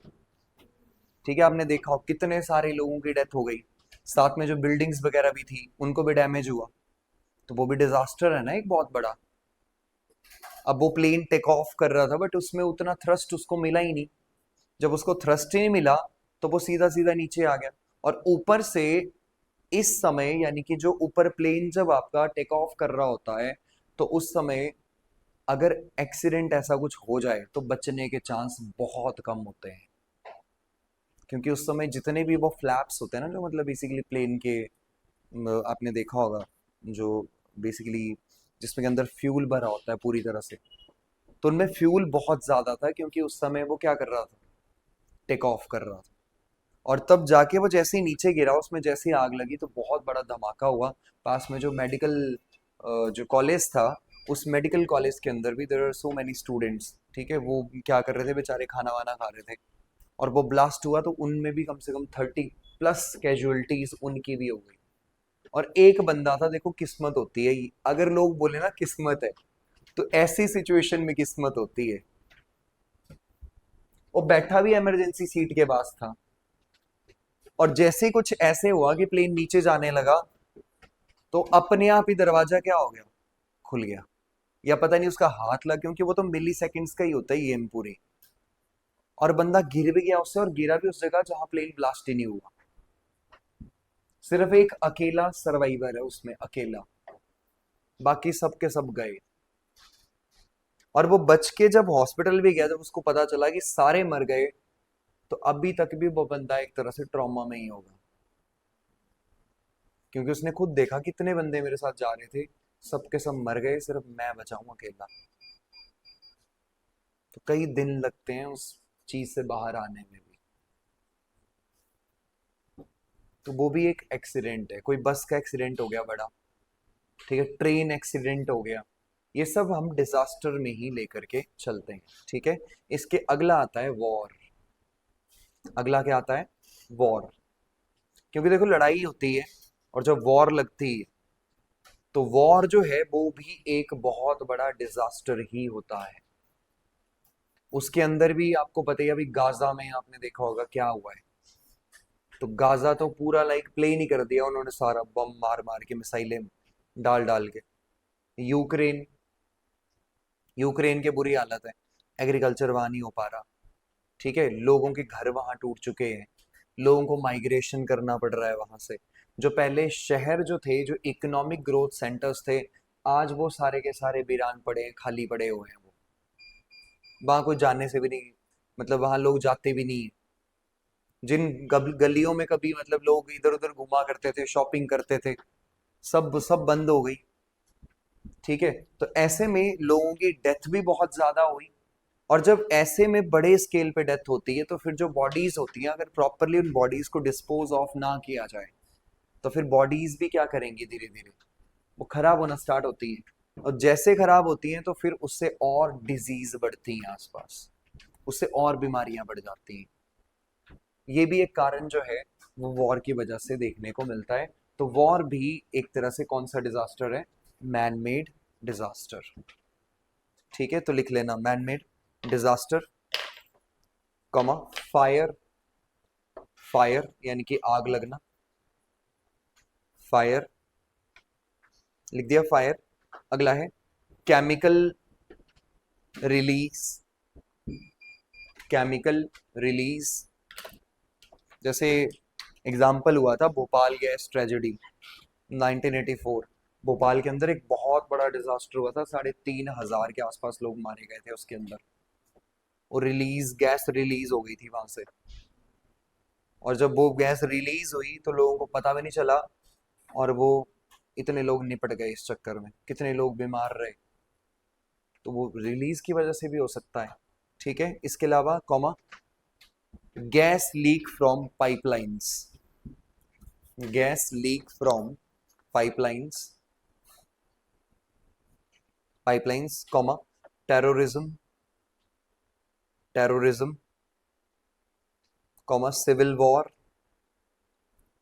Civil war. सिविल वॉर मतलब कि जो आपके नागरिक हैं वही आपस में लड़ रहे हैं, तो उसको बोलते हैं सिविल वॉर। ठीक है, किसी और देश के साथ नहीं हो रही लड़ाई, किसके साथ हो रही है, आपस में लड़ रहे हैं सबके सब। ठीक है, वैंडलिज्म कर रहे हैं, प्रॉपर्टी तोड़ रहे हैं, आग लगा रहे हैं।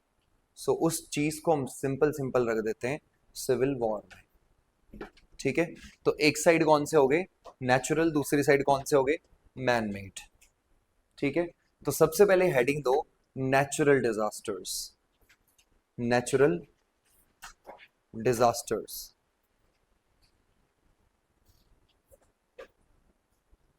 दे दी heading natural disasters.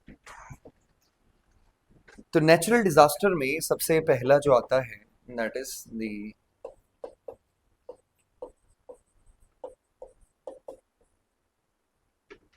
earthquake. The first one is earthquake.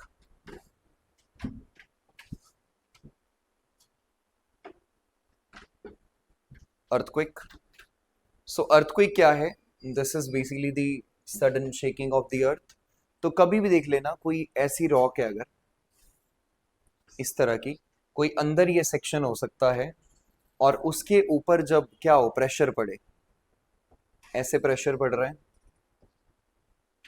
ऐसे, तो दोनों साइड से प्रेशर पड़ेगा। तो अब धीरे धीरे ये जो बॉडी है ये आपकी डिफॉर्म होना स्टार्ट होगी। जैसे डिफॉर्म होगी तो मान लो ये ऐसे डिफॉर्म हुई, बट एक लिमिट है इसका जहां तक ये डिफॉर्म हो सकती है, उससे ज्यादा नहीं हो पाएगी। जब इधर से प्रेशर लगा, इधर से प्रेशर लगा, तो दोनों साइड से क्या होने लगी, डिफॉर्म। तो जैसे जैसे डिफॉर्म और ज्यादा होती जाएगी, होती जाएगी, एक स्टेज ऐसी आएगी उससे ज्यादा नहीं होगी। और जैसे ही नहीं होगी तो यहाँ पे इसके बीच में एक डेवलप हो जाएगा क्रैक, इस तरह का। हो सकता है ये वाला जो पोर्शन है इसका ये शिफ्ट कर जाए इस डायरेक्शन में, और ये शिफ्ट कर जाए इस डायरेक्शन में। तो आसपास जो रॉक्स होंगी उन रॉक्स में ये जब जाके एकदम से कोलाइड करेगी तो उससे और ज्यादा वाइब्रेशंस क्रिएट होंगी। और जब वो वाइब्रेशंस क्रिएट होंगी उससे एक एनर्जी निकलेगी इस पॉइंट से, और इस पॉइंट को हमने सिंपल बीच वाले पोर्शन को बोल दिया कि this point is called as focus and also called as the hypocentre. ठीक है, तो बीच में क्या आ गया, फोकस, साथ में क्या बन गया, हाइपोसेंटर। ये जो पॉइंट होता है ये कहीं भी हो सकता है आपका, ठीक है, अर्थ के अंदर। मतलब 7 किलोमीटर नीचे, 10 किलोमीटर नीचे, 20 किलोमीटर नीचे, 50 किलोमीटर नीचे। आज तक सबसे डीपेस्ट रिकॉर्ड हुआ है 700 किलोमीटर्स का। ठीक है, कितना, 700 किलोमीटर के आसपास का रिकॉर्ड हुआ है ये। और इससे जो एनर्जी रिलीज करेगी, और ये एनर्जी सरफेस पे आती है, सरफेस पे आती है, तो जिस पॉइंट पे सबसे पहले आई उसको कहते हैं एपी सेंटर। क्या बोलते हैं, एपी सेंटर। तो एपिसेंटर सरफेस पे होगा, जिस जगह एपिसेंटर होता है सबसे ज्यादा डिवास्टेशन भी वही होता है, क्योंकि वहां सबसे ज्यादा एनर्जी होती है, तो बहुत ज्यादा खतरनाक होता है उस एरिया में। अब अर्थक्वेक के कई सारे कॉजेज हो सकते हैं, एक हो सकता है नेचुरल, और दूसरे यहाँ भी मैन मेड कारण हो सकते हैं। हम यहाँ टेक्टोनिक्स डिस्कस नहीं करेंगे इस क्लास के अंदर मेनली, ठीक है, that will be covered under under the geography class, but इस वाली के अंदर हमारा मेन फोकस जो है वो होगा डिजास्टर मैनेजमेंट पे, ठीक है, बट थोड़ा थोड़ा आपको मैं बताता चलूंगा, हल्का हल्का हम टच कर लेंगे, ठीक है। तो फर्स्ट लिख लो earthquake. Earthquake, the sudden shaking of the earth crust, the sudden shaking of the earth crust,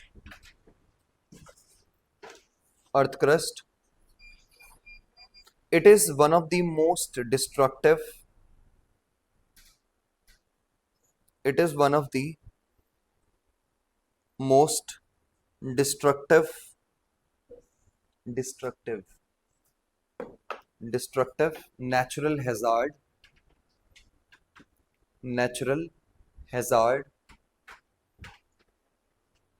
they may occur at any time, they may occur at any time,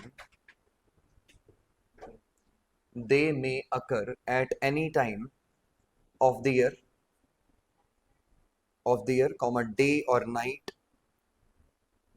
day or night, without any warning, without any warning, without any warning, full stop. Next point, the 59% of the 59% of area of India, area of India is prone to, is prone to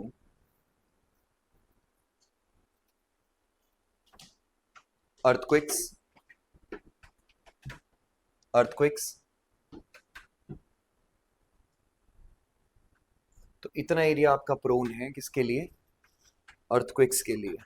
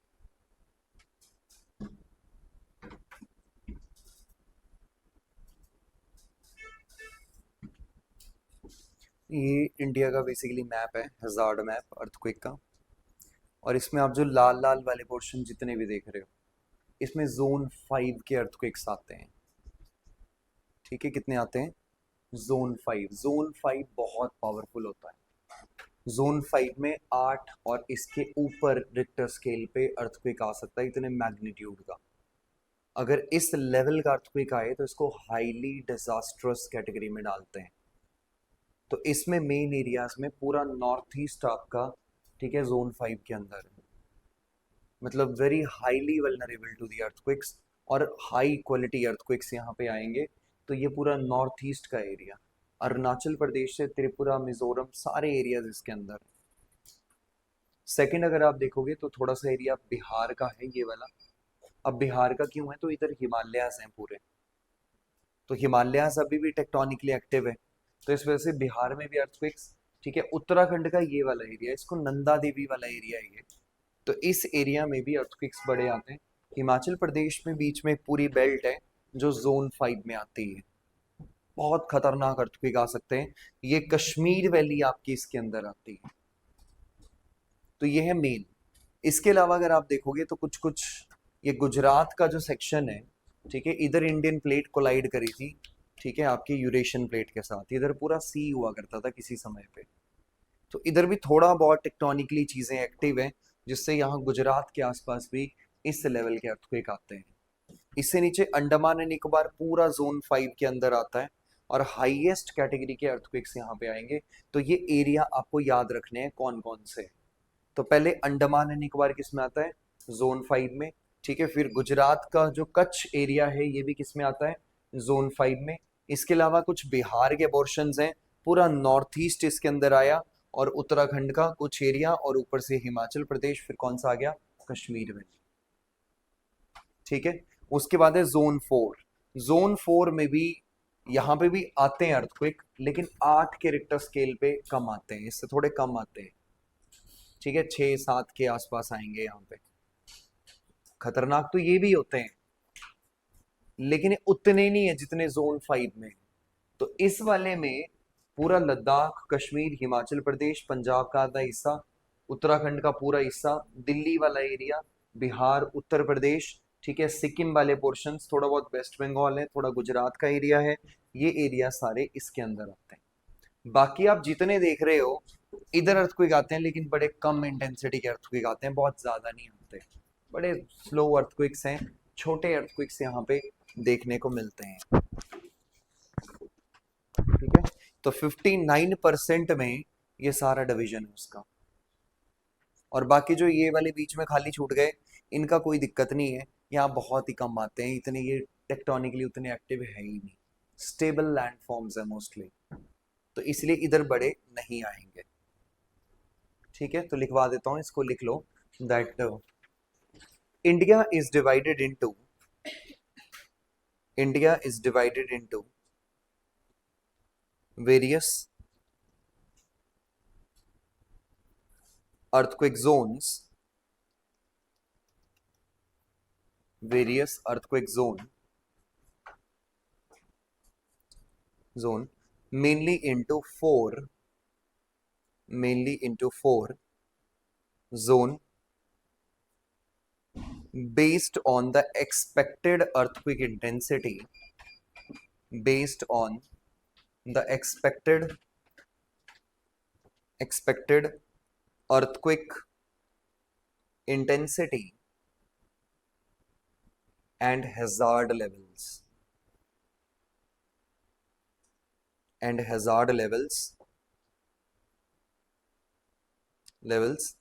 full stop। सो सबसे पहला है zone 2। First कौन सा आ गया, zone 2। Zone 2 low damage risk, low damage risk, low damage risk. It covers peninsular India. It covers peninsular India, central and southern states. Central and southern states. States. फिर आता है zone 3। Zone 3 moderate damage risk, moderate damage risk.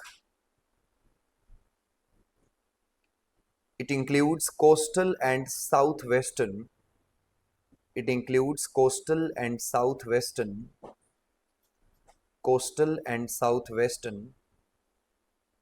regions like Kerala,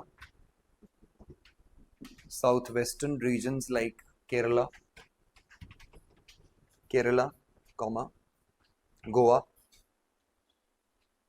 Kerala, comma Goa, the parts of Maharashtra,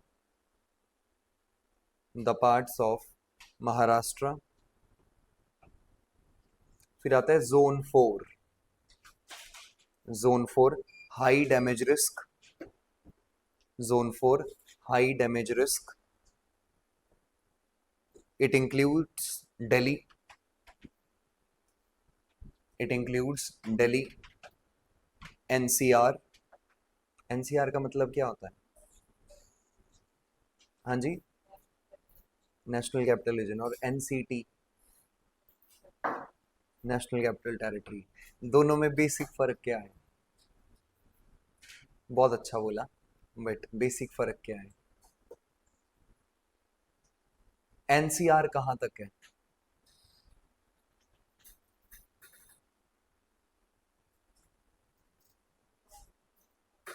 Gurgaon वाला वो तो हरियाणा में नहीं है। है नोएडा, वो तो उत्तर प्रदेश में है।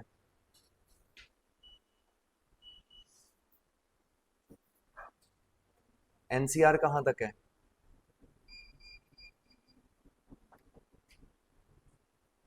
बताओ।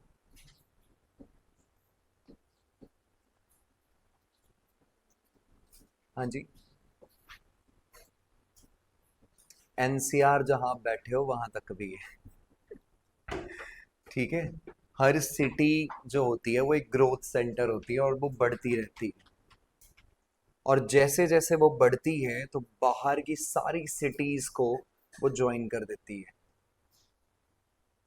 एनसीटी वो है जिसमें दिल्ली सरकार काम करती है, नेशनल कैपिटल टेरिटरी। एनसीआर यहां तक है, क्योंकि दिल्ली का इन्फ्लुएंस यहां भी है in terms of economic growth. वो राजस्थान के पार्ट्स में भी चला गया, यूपी के पार्ट्स में भी चला गया, हरियाणा के पार्ट्स में भी चला गया। ठीक है, और इस वाले पार्ट्स तक आ गया। जब इंफ्रास्ट्रक्चर और स्ट्रांग होगा, जिस दिन यहाँ बुलेट ट्रेन चलनी स्टार्ट हो जाएगी, उस दिन आप दिल्ली से चंडीगढ़ 1 घंटे में क्रॉस कर दोगे। और जब 1 घंटे में ट्रैवल टाइम होगा, तो लोग जॉब तो दिल्ली के पास करेंगे, लेकिन रहेंगे चंडीगढ़ के पास, क्योंकि यहाँ खुला खुला है। उधर काफी कंजेशन है, तो नई सिटीज और डेवलप होंगी। तो इतने बड़े एरिया तक इन्फ्लुएंस जाता ही जाता है, वो प्लानिंग उस लेवल की होती है। ठीक है, डन। समझ आया इतना? ठीक है। जैसे कि आप देखते होंगे यहाँ भी कई सारे एरियाज के अंदर अब डेवलपमेंट बढ़ रहा है। जैसे कोई न्यू चंडीगढ़, ठीक है, या आसपास में और एरियाज में इन्वेस्टमेंट आ रही है। तो कौन इन्वेस्ट कर रहा है? यहाँ के लोग थोड़ी इन्वेस्ट कर रहे हैं ज़्यादा, बाहर के लोग इन्वेस्ट कर रहे हैं। क्योंकि हर एरिया का एक पोटेंशियल होता है कि इतना इन्वेस्ट हो सकता है, उससे ज़्यादा नहीं होगा। तो जब उसका पोटेंशियल पूरा यूज़ कर लिया, देन फिर नेक्स्ट एरिया ढूंढना पड़ता है। तो वहाँ पे वो लोग क्या करते हैं, अगला एरिया डेवलप करते हैं। तो इसीलिए एनसीआर। ठीक है, सब नोएडा, गुरुग्राम, ठीक है, पानीपत, सोनीपत, अंबाला, सब इसी में ही कंसिडर करते हैं। बट एनसीटी वो है जिसमें सिर्फ दिल्ली सरकार काम करती है, वो थोड़ा एरिया है। ठीक है, डन, क्लियर। तो गुरुग्राम आपने देखा ही होगा, उसकी काफ़ी डेवलपमेंट हो गई है। उसकी इकॉनमी भी काफ़ी तेज़ी से हरियाणा की बढ़ी बिकॉज ऑफ द गुरुग्राम। तो गुरुग्राम आज एक साइबर सिटी के नाम से जानते हैं दुनिया में उसको। तो बड़े बड़े मल्टीनेशनल कंपनीज के हेडक्वार्टर्स भी है वहाँ पे, वो काम भी कर रहे हैं। तो उसको फ़ायदा किसका मिला? दिल्ली का, क्योंकि दिल्ली की प्रेजेंस वहाँ पे पास है, इंफ्रास्ट्रक्चर है, बाकी फैसिलिटीज़ है। तो हाई डैमेज रिस्क एरिया लिख दिया जोन 4। तो Delhi NCR comma parts of Jammu Kashmir, parts of Jammu Kashmir, Himachal Pradesh, parts of Jammu Kashmir, Himachal Pradesh, Uttarakhand, Uttarakhand, Sikkim, Sikkim, northern Bihar, Bihar, comma West Bengal. उसके बाद है जोन 5। जोन 5 सबसे खतरनाक। जोन 5 तो जोन 5 में आता है हिमालयन बेल्ट। जोन 5 में कौन सा आ गया? Himalayan belt. तो हिमालयन बेल्ट आपकी सारी आ गई ये वाली। ठीक है, यहां से चले यहां तक, ये वाली। सो ये जो पूरी हिमालयन बेल्ट है, इसमें तीन है। सबसे ऊपर है great Himalaya, and number two lesser Himalaya, and number three Shivalik Himalayas. तो तीन कंसीडर किए। पहले सबसे पहले ग्रेट हिमालय, उसके नीचे कौन सा? लेसर हिमालय, उसके नीचे कौन सा आ गया? शिवालिक हिमालय। तो ऐसे पूरे ये कंसीडर हुए। और हिमालय चलता है आपका यहाँ से, इस पॉइंट को कहते हैं नंगा पर्वत। और नंगा पर्वत से यहाँ तक नमचा पर्वत तक का एरिया पूरा हिमालयस कंसीडर करते हैं हम लोग। ठीक है, तो इस पूरे एरिया में टेक्टोनिकली एक्टिव है, काफी बड़े एरियाज हैं, जोन 4 जोन 5 के अंदर ही रहता है। तो पहले ये हिमालयन बेल्ट। सेकंड है north eastern India. North eastern India, north eastern India, India comma Rann of Kutch. ये जो है ना, ये वाला पार्ट, इसको कच्छ बोलते हैं, इसको कच्छ पेनिनसुला कहा जाता है। और नीचे वाले को कहते हैं काठियावाड़ पेनिनसुला।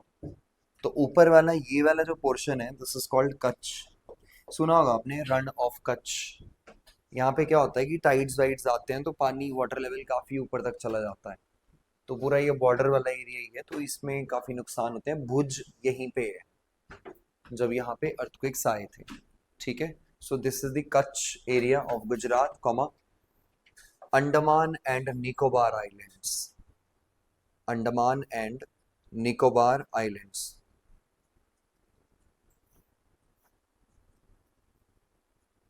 लिख दिया। नेक्स्ट लिखो causes of earthquakes. Causes of earthquakes. सबसे पहला जो कारण है नेचुरल में। ठीक है, तो एक साइड लिखना natural cause. So natural cause में आता है टेक्टोनिक्स। ठीक है, टेक्टोनिक्स। तो ये जो टेक्टोनिक शब्द है, ये सबसे पहले यूज किया था, एक पर्सन था, उसका नाम था टूजो विल्सन। तो टूजो विल्सन ने कहा कि टेक्टोनिक्स है। तो टेक्टोनिक्स कुछ नहीं है, जो लिथोस्फेयर है, जो एस्थीनोस्फेयर के ऊपर फ्लोट करता है। तो लिथोस्फेयर एक कंटिन्यूअस पोर्शन नहीं है, बल्कि कई सारे सेक्शंस में टूटा हुआ है, छोटे छोटे सेक्शंस में। और ये सारे जितने भी लिथोस्फेयर के टुकड़े हैं, वो एस्थीनोस्फेयर के ऊपर तैरते हैं, और अर्थ के अंदर बहुत सारी इंटरनल एक्टिविटीज होती है, जिसे ये लिथोस्फेयर के जितने छोटे छोटे टुकड़े हैं, ये आपस में कभी कोलाइड करते हैं, कभी एक साथ निकल जाते हैं, कभी एक दूसरे से दूर जाते हैं। ऐसा इनमें ये इंटरेक्शन होता है। तो इस इंटरेक्शन की वजह से, अब दो बड़ी बड़ी प्लेट्स, हमने कहा प्लेट्स और ये टुकड़े एक ही हैं, जब ये कोलाइड करेंगे तो उससे एनर्जी तो फिर रिलीज करेगी। और जब एनर्जी रिलीज करेगी तो उसी को हम सिंपल क्या बोलते हैं? अर्थक्वेक्स। मतलब टेक्टोनिक्स की वजह से भी क्या आते हैं? अर्थक्वेक्स। तो लिख लीजिए tectonics, tectonics that plates collide comma move apart move apart and stress create stress। हाँ जी, कहाँ फंसे? फंस गए? अच्छा, मुझे लगा फंस गए। ठीक है, लास्ट क्या लिखा हमने पॉइंट? हाँ जी, हाँ, create stress along fault zone, along fault zone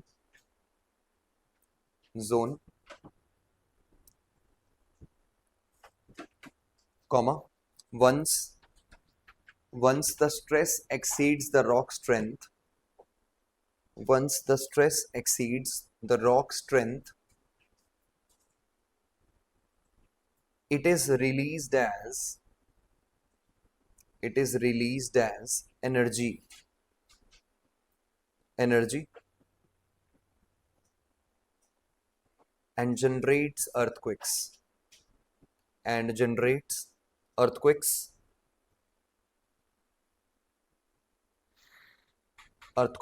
full stop. Example, Himalayan belt. Second है volcanic activity. Volcanic activity.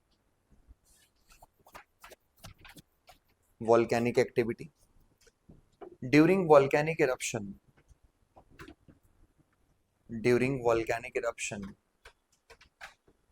magma movement fractures.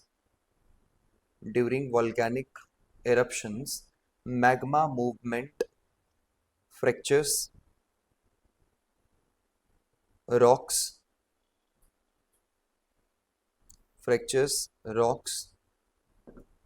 and triggers earthquakes.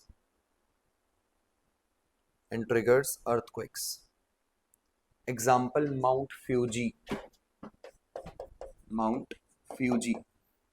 तो ये जो फ्यूजी है, ये जापान में एक वॉल्केनो है जो बहुत तेजी से वॉल्केनिक इरप्शन होता है। तो ऊपर वाली जो रॉक्स होती हैं उसके ऊपर नीचे से जब वॉल्केनो आ रहा होगा तो वो क्या करता है कि बड़ी सारी जो गैसेस उसके साथ होती हैं तो वो ऊपर वाली लेयर्स पे प्रेशर एक्सर्ट करता है, और जब बहुत ज़्यादा प्रेशर एक्सर्ट करता है तो फिर वो ऊपर जितनी लेयर्स होती हैं वॉल्केनोस की वो टूट के साइड हो जाती है। तो जैसे ही वो टूटती है तो उसके टूटने से जो एनर्जी रिलीज करती है उसको बहुत सिंपल तरीके से हम लोग कहते हैं अर्थक्वेक्स। क्या बोल देंगे? अर्थक्वेक्स। क्लियर यहाँ तक? माउंट फ्यूजी, ठीक है, तो ये जापान के अंदर है, ये करता है, ठीक है। अगला है third isostatic adjustment. Isostatic adjustment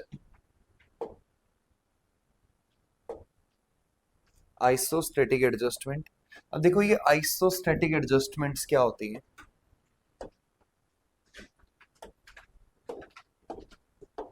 जैसे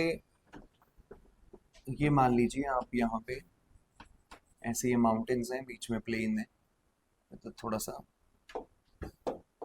हम लोग सी ले लेते हैं।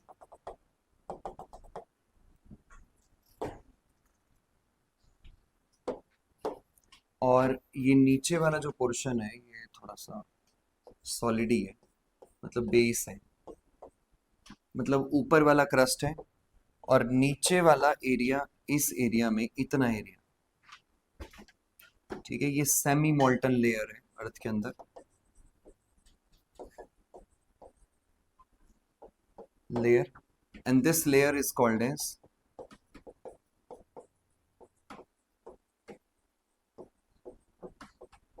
एस्थेनोस्फेयर, ठीक है। कौन सी है?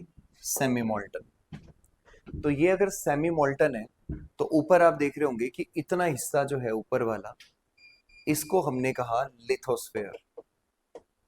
क्या बोल दिया? लिथ मतलब पत्थर, मतलब क्या है? Solid part, and the solid part is basically floating over a semi molten layer called as the asthenosphere। तो इसके ऊपर क्या कर रहा है? फ्लोट कर रहा है, ठीक है, लगातार इसके ऊपर चल रहा है, ऐसे बैलेंस किया हुआ है। अब एग्जाम्पल के लिए कि आप जैसे समझते होंगे कि यहाँ पे इस पहाड़ के ऊपर ग्लेशियर है बड़े सारे, तो जब बर्फ पड़ेगी इसके ऊपर, ग्लेशियर ऐड होंगे, तो यहां से ये वाला ब्लॉक नीचे की तरफ क्या लगाएगा? प्रेशर लगाएगा नहीं लगाएगा? बताओ। ऊपर जब बर्फ, ग्लेशियर बड़ा ही होता जा रहा है, साइज बहुत बड़ा हो गया, कई 100 किलोमीटर तक चला गया, तो ऊपर से उसने प्रेशर लगाना स्टार्ट किया। तो ये प्रेशर किसके ऊपर पड़ा? आपका सीधा सीधा जाके semi molten layer called asthenosphere. जैसे ही इसके ऊपर प्रेशर पड़ा तो सेमी मोल्टन लेयर में जो ओलिवाइन है उसकी प्रॉपर्टी है कि ऐसे तो मूव नहीं करेगी, अगर ऊपर से कोई प्रेशर एक्सर्ट करेगा तो ये मूव करना क्या कर देती है? स्टार्ट। ऐसे तो नहीं कर रही मूव, लेकिन ऊपर से जब किसी ने प्रेशर लगाया तो सिंपल क्या करेगी? अब मूव करेगी। तो अब यहाँ पे जब प्रेशर लगा तो इससे ओलिवाइन ने क्या किया? ये इस तरफ मूव कर गई, तो ये इतना जो लैंड फॉर्म है, ये वाला सेक्शन, ये कहाँ चला गया? आपका अंदर आ गया, ठीक है, थोड़ा सा अंदर आ गया ये। और यहां से क्या हुआ, ओलिवाइन इधर गई, तो इधर जाते ही हल्का सा ये वाला जो लैंडफॉर्म है यहाँ था, यहाँ पे आ गया इस सेक्शन में। मतलब वो उठ गया क्योंकि बैलेंस हो गया। तो यहां से अंदर गया, उधर से क्या हो गया, राइस। इन बैलेंसिंग फोर्सेस को कहते हैं आइसोस्टसी। क्या बोलते हैं, आइसोस्टसी। क्या बोल देंगे, आइसोस्टसी। ठीक है, बन गया आइसोस्टैटिक फोर्स यहाँ। आइसो मतलब क्या होता है कि that is basically the same. ठीक है, सेम कंडीशन बनाना। तो आइसोस्टैटिक फोर्सेस लगी। अब क्या हुआ कि ग्लोबल वार्मिंग हो रही है, टेम्परेचर क्या कर रहा है, इंक्रीज। तो टेम्परेचर अगर इंक्रीज करेगा तो अब बर्फ क्या करेगी, ग्लेशियर बड़ा होगा या छोटा होगा, टेम्परेचर इंक्रीज करेगा तो ग्लेशियर बड़ा होगा या छोटा होगा, क्या होगा, हाँ जी बीच वाले, क्या होगा, टेम्परेचर अगर बढ़ा तो ग्लेशियर का साइज बड़ा होगा या छोटा होगा, छोटा होगा, पक्का। चलो फिर मान लेते हैं, हम इन्होंने कहा कि फिर बर्फ क्या करेगी, मेल्ट करेगी, और मेल्ट करते ही ग्लेशियर का साइज क्या करेगा, दैट विल डिक्रीज। जैसे ही वो डिक्रीज करना स्टार्ट करा तो बर्फ यहाँ से पिघलने लगी। एक और एग्जांपल दूंगा, टेंशन मत लो, बस अभी देख लो, ठीक है क्या हो रहा है। तो जैसी बर्फ पिघलने लगी तो यहाँ से बर्फ पिघलती गई पिघलती गई पिघलती गई, तो ऑटोमेटिकली जो नीचे वेट पड़ रहा था, अब वो वेट स्ट्रेस क्या हो रहा है, डिक्रीज या इंक्रीज, डिक्रीज। जैसे ही डिक्रीज होगा तो नीचे जब प्रेशर कम हुआ, अब वो जो लैंडफॉर्म अंदर गया था, वो लैंडफॉर्म धीरे धीरे क्या करेगा, बाहर आएगा। तो इधर वाला नीचे आएगा, उधर वाला हल्का सा क्या होगा, राइज। तो जब ऐसे में ये पूरा ऑसिलेशन चलता है लैंडफॉर्म्स का, तो इससे भी फिर जो अंदर रॉक्स होती हैं उनके ऊपर प्रेशर एक्सर्ट होते हैं, और जब प्रेशर एक्सर्ट होते हैं उस प्रेशर की वजह से वो डिफॉर्म होती है, उनके डिफॉर्म होने से अर्थक्वेक क्या होता है, आ जाता है। वेरी सिंपल, कुछ भी नहीं है। अब ये तो है मतलब जो मिलियंस ऑफ ईयर्स में होता है। अब बताता हूँ बिल्कुल छोटा सा एग्जांपल। अब आपने यूएई का नाम सुना होगा, यूनाइटेड अरब एमिरेट्स, सुना है नाम, तो जिसमें दो तीन फेमस सिटीज भी है। उसमें एक जो फेमस सिटी है उसका नाम आपने सुना होगा, दुबई। दूसरा आपने सुना होगा अबू धाबी।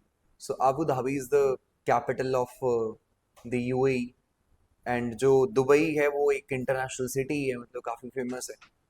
तो ये अरब वाले, कुछ होता तो था नहीं इनके पास आज से 40 से 50 साल पहले, बट इनकी जमीन के नीचे ब्लैक गोल्ड निकल गया। वो जो ब्लैक गोल्ड है उसका मतलब है क्रूड ऑयल। क्या निकला, क्रूड ऑयल। इन्होंने कुएं निकाले, तेल निकाला, दुनिया भर में बेचा, इतना पैसा कमा लिया कि इनकी इकोनॉमीज भी काफी ऊपर राइज कर गई। लेकिन अब समय के हिसाब से क्या हो रहा है कि अब इकोनॉमीज तेल के हिसाब से नहीं चलेंगी, क्योंकि ग्लोबल वार्मिंग इतना हो चुका है कि अब धीरे धीरे दुनिया तेल का अल्टरनेटिव ढूंढ रही है। तो तेल का जो अल्टरनेटिव है वो इसीलिए या तो नेचुरल गैस है या तो हाइड्रोजन फ्यूल है। अब हाइड्रोजन फ्यूल को तो खैर बनाने में बहुत समय लगेगा, अभी उस लेवल का इंफ्रास्ट्रक्चर करते करते कम से कम 25 से 30 साल लगेंगे, ज्यादा भी लग सकते हैं। बट उसके पहले जो हमारी नीड्स हैं वो पूरी होंगी नेचुरल गैस से, क्योंकि नेचुरल गैस जो घर पे सिलेंडर यूज करते हैं वो पल्यूशन नहीं करती, और पल्यूट नहीं करती चीजें। बट आप लकड़ी जलाओगे तो पोल्यूशन होगा, कोयला जलाओगे पोल्यूशन होगा, तेल जलाओगे तो दुनिया भर का धुआं निकलेगा, उससे पोल्यूशन होगा। तो फिर कौन सी बढ़िया चीज है, नेचुरल गैस। तो वो जलाएंगे, तो वो जिनके पास है वो तो आगे फ्यूचर में चैंपियन होंगे। बट जिनके पास तेल है उनको ये पता है कि तेल की डिमांड जैसे ही कम हुई तो वैसे ही उनकी इकोनॉमीज भी क्या होंगी, डाउन। इसलिए उन्होंने कहा कि ठीक है तेल खत्म हो रहा है लेकिन पैसा हमारे पास इतना है कि हम क्या करेंगे, हम अल्टरनेट इंफ्रास्ट्रक्चर क्रिएट कर देंगे। तो आज आपने देखा होगा दुबई वाले एरियाज के अंदर, वहां पर बड़ी बड़ी बिल्डिंग्स बनी हुई है। दुनिया की सबसे ऊंची बिल्डिंग भी कहाँ है, दुबई में, बुर्ज खलीफा, नाम सुना ही है आपने। ठीक है, वहां पे आप कहीं भी चले जाओ, लोग आजकल तो इंडिया में करते हैं कि मान लो वीकेंड आया, संडे और सैटरडे, तो शुक्रवार को निकले सीधा फ्लाइट लेके यहाँ से और कहाँ पहुंच गए, दुबई। ठीक है, अब गोवा नहीं जाते ना मुंबई जाते, अब सीधा कहाँ जाते हैं, 2 ही घंटे तो लगते हैं यहाँ से, 2 ढाई घंटे सीधा जाके पहुंच गए। ठीक है, और ऊपर से वहां पे आप शॉपिंग करोगे तो वहां की गवर्नमेंट आपको टैक्स पे भी छूट दे देती है, टैक्स भी नहीं लेती। जब वहां जाओगे तो घूमेंगे, जब अलग अलग जगह जब आप घूम के आओगे तो उनका रेवेन्यू बढ़ रहा है, उनकी इनकम बढ़ रही है। भारत में कुछ भी होता है तो सारे मैच कहाँ शिफ्ट होते हैं, यूएई में। आईपीएल वहां होता है कितनी बार, तो उधर आईपीएल हुआ। अब आईपीएल होगा तो यहाँ से कितने लोग देखने जाएंगे। जब यहाँ से लोग देखने जाएंगे तो उनकी इकोनॉमी चल पड़ी। तो उनको पता है कि हमारा आगे जो फ्यूचर है वो किसके ऊपर है, टूरिज्म। लैंड कम है, तो इन्होंने क्या किया कि बीच में जो पहाड़ है वो पहाड़ तोड़ तोड़ के इन्होंने सीधा जाके जो समुद्र है, ठीक है, एक्चुअली मुझे इसकी,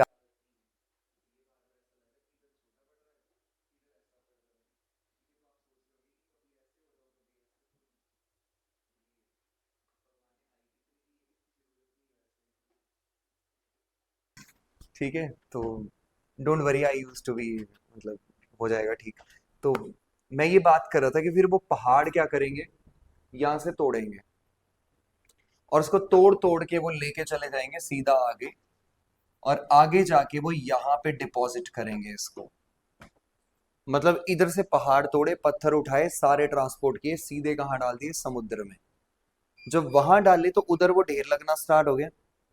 और एक दिन ऐसा आया कि वो सारी लैंड क्या कर गई, पानी से बाहर आ गई। जब वो लैंड पानी से बाहर आई तो उसको उन्होंने जोड़ दिया सारा, और जोड़ करके वहां पे उन्होंने कई सारे अपार्टमेंट्स बना दिए, ठीक है, प्लॉट्स बना दिए, और जाके बेचने स्टार्ट कर दिए, जिससे बाहर के लोगों ने उनको खरीदा भी, और उससे भी क्या कमाए, दुनिया भर के पैसे। लेकिन आप सोचो अगर ये इधर पहाड़ तोड़ रहे हैं तो यहाँ पहाड़ छोटा होता जा रहा है, और उधर वो मटेरियल ऐड कर रहे हैं, मतलब इधर मटेरियल कम हो रहा है, उधर मटेरियल क्या हो रहा है, ऐड हो रहा है। यहां से कम होगा तो फिर वो आइसोस्टेटिक बैलेंसेस होगी, वो फोर्सेस फिर एक दूसरे को क्या करेंगी, बैलेंस, और जैसे ही उस बैलेंस के चक्कर में फॉल्ट्स क्रिएट होंगे और एनर्जी रिलीज करेगी, जिस एनर्जी से क्या आएंगे, अर्थक्वेक्स। क्या आ जाएंगे, अर्थक्वेक्स, समझ गए। इसको कहते हैं आइसोस्टेसी और आइसोस्टेटिक रिबाउंड। आजकल ये बहुत हो रहा है जगह जगह पे, जो न्यूज मिल रही है। ठीक है, तो लिख लो आइसोस्टेटिक एडजस्टमेंट्स, आइसोस्टेटिक एडजस्टमेंट्स इसमें लिख लो, when heavy, when heavy load like glacier, when heavy load like glacier, glacier melt, melt, और सेडिमेंट, और sediment builds up, sediment builds up, the crust adjusts vertically, the crust adjusts vertically, vertically, this sudden rebounding, this sudden rebounding can cause, can cause earthquakes, can cause earthquakes। अगला है asteroid और मीटेओराइट impact,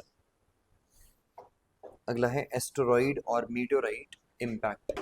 तो asteroid आपको बताए थे कि asteroids क्या होते हैं, ये माइनर प्लैनेट्स हैं मार्स और जुपिटर के बीच में।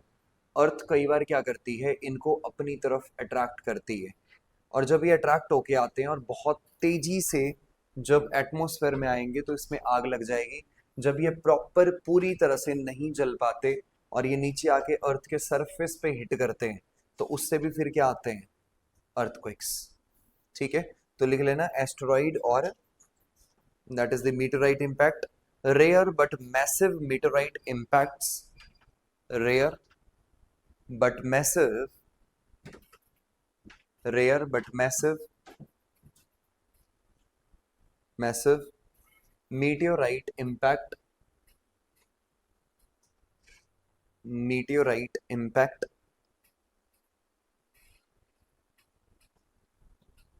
Shake the earth, shake the earth, full stop. ठीक है, तो इसको जोड़ा जाता है डायनासोर की एक्सटिंक्शन के साथ। कहते हैं कि डायनासोर होते थे जुरासिक वाली एज के अंदर, तो उसमें बहुत सारे मीटेोराइट्स की बारिश हुई थी, और उस मीटेोराइट्स की वजह से बड़े सारे अर्थक्वेक्स आए थे, जिससे डायनासोर फिर क्या हो गए, खत्म। ठीक है, तो उससे वॉल्केनोज भी इरप्ट कर रहे थे बहुत बड़े स्केल के ऊपर। आगे लिखो man made causes, man made causes. Man made causes में सबसे पहला है, that is the mining explosions, mining explosions. तो माइनिंग कैसे करते हैं, बड़ी सिंपल सा तरीका होता है माइनिंग करने का।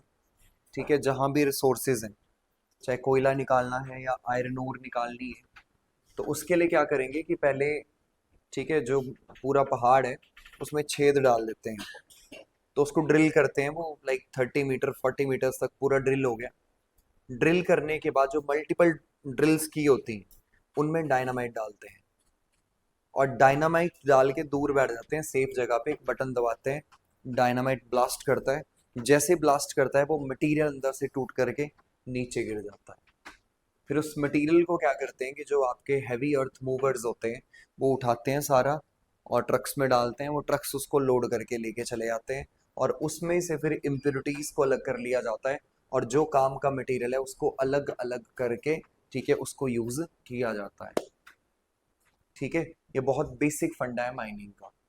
तो बार बार जब आप डायनामाइट को यूज करते हो तो अर्थ में और फॉल्ट क्रिएट होते हैं, उससे अर्थक्वेक्स आते हैं। या फिर आपने ये भी देखा होगा कि आजकल पहाड़ों पे जो इंफ्रास्ट्रक्चर बन रहा है, राइट, टनल्स पे टनल्स बन रही हैं। अब टनल्स के भी कई तरीके होते हैं टनल बनाने के। अब पहाड़ में अगर आपको टनल बनानी होगी तो एक तो मशीन आती है, उस मशीन को बोलते हैं TBM, that's called tunnel boring machine. सुना है किसी के बारे में टनल बोरिंग मशीन? नहीं सुना? हाँ जी, किसी ने भी नहीं सुना टनल बोरिंग मशीन के बारे में? हाँ जी, नहीं ट्रायंगुलर तो नहीं होती। हाँ जी, कोन शेप में क्या मतलब, सर्कुलर शेप में होती है? आगे से कैसे, कोन ना ना ना। ठीक है, वैसे आपने मे भी पिक्चर्स वगैरह देखी होंगी, तो वैसा कुछ हो सकता है।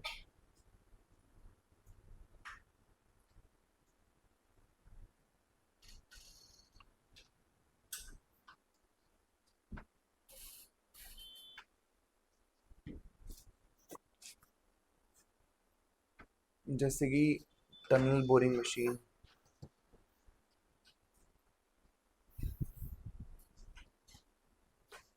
बड़ी जबरदस्त मशीन होती है ये।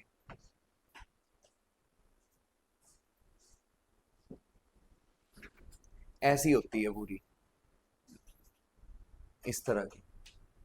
ठीक है, जैसे ये पहाड़ है ना, तो इसमें ये जो है ये आगे वाला हेड बोलते हैं इसको, हेड पोर्शन।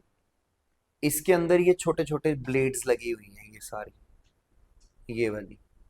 तो इसमें क्या होता है कि ये रोटेट करती है ऐसे, और जब ये रोटेट करके ऐसे आगे चलेगी, तो ये ब्लेड्स क्या करती हैं, ये बड़ी बड़ी रॉक्स को काट देती हैं, और जैसे ही काटती है तो मटेरियल जो भी नीचे गिरेगा, तो नीचे कन्वेयर बेल्ट लगी होती है। ठीक है, क्या लगी होती है, कन्वेयर बेल्ट। उस कन्वेयर बेल्ट के थ्रू वो सारा मटेरियल यहां से बाहर चला जाता है। अब इसने क्या कर दिया, इसने होल करना स्टार्ट कर दिया। अब ऐसा नहीं आप कर सकते कि टनल, आप टनलिंग करते जा रहे हो, और टनलिंग करते करते आप चले गए उधर, निकल गए, आपने उसको पीछे वाले को पक्का किया ही नहीं, आपने सीमेंट लगाया ही नहीं। नहीं तो वो कभी भी कोलैप्स कर सकती है। ठीक है, कभी भी बीच वाला हिस्सा गिर सकता है। तो इसलिए हमेशा ये किया जाता है कि पहले थोड़ा सा टनलिंग की जाती है, लाइक मान लो 20 मीटर्स कर दी, उसके बाद जितना पीछे का एरिया है उसको पूरा सीमेंटेड करते हैं, उसको पक्का करते हैं, फिर चलते हैं आगे। नहीं तो वो गया तो फिर बड़ी प्रॉब्लम होगी। ऐसे बड़े सारे एक्सीडेंट्स होते हैं जब टनल्स में लोग ट्रैप हो जाते हैं, जैसे सिलक्यारा टनल उत्तराखंड में ये हुआ था पीछे, ऐसे 2023 में हुआ था। ठीक है, दिवाली के पास में काफी सारे लोग उसमें फंस गए थे।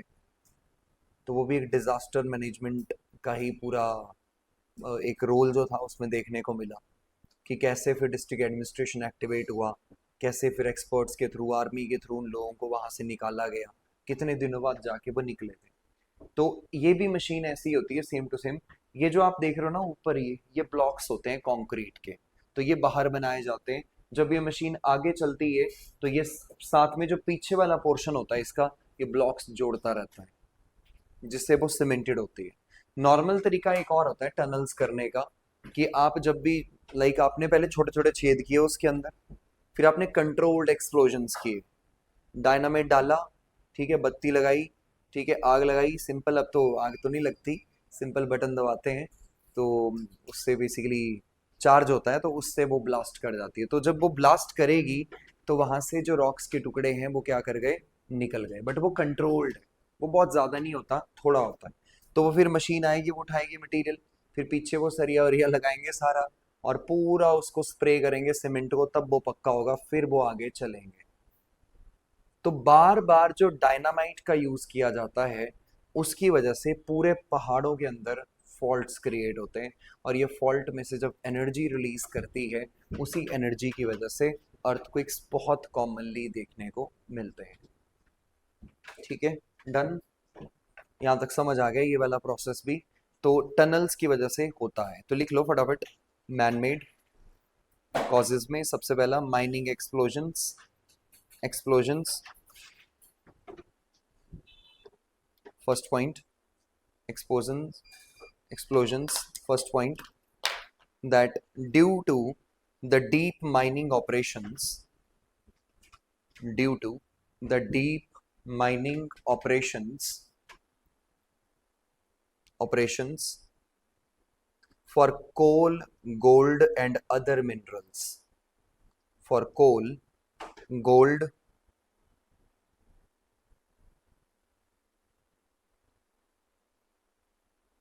and other minerals, causes stress release, causes stress release,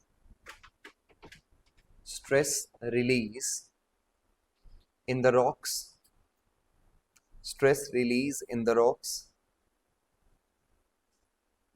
rocks. Example, Bihar coal mines, Bihar coal mines and South African gold mines,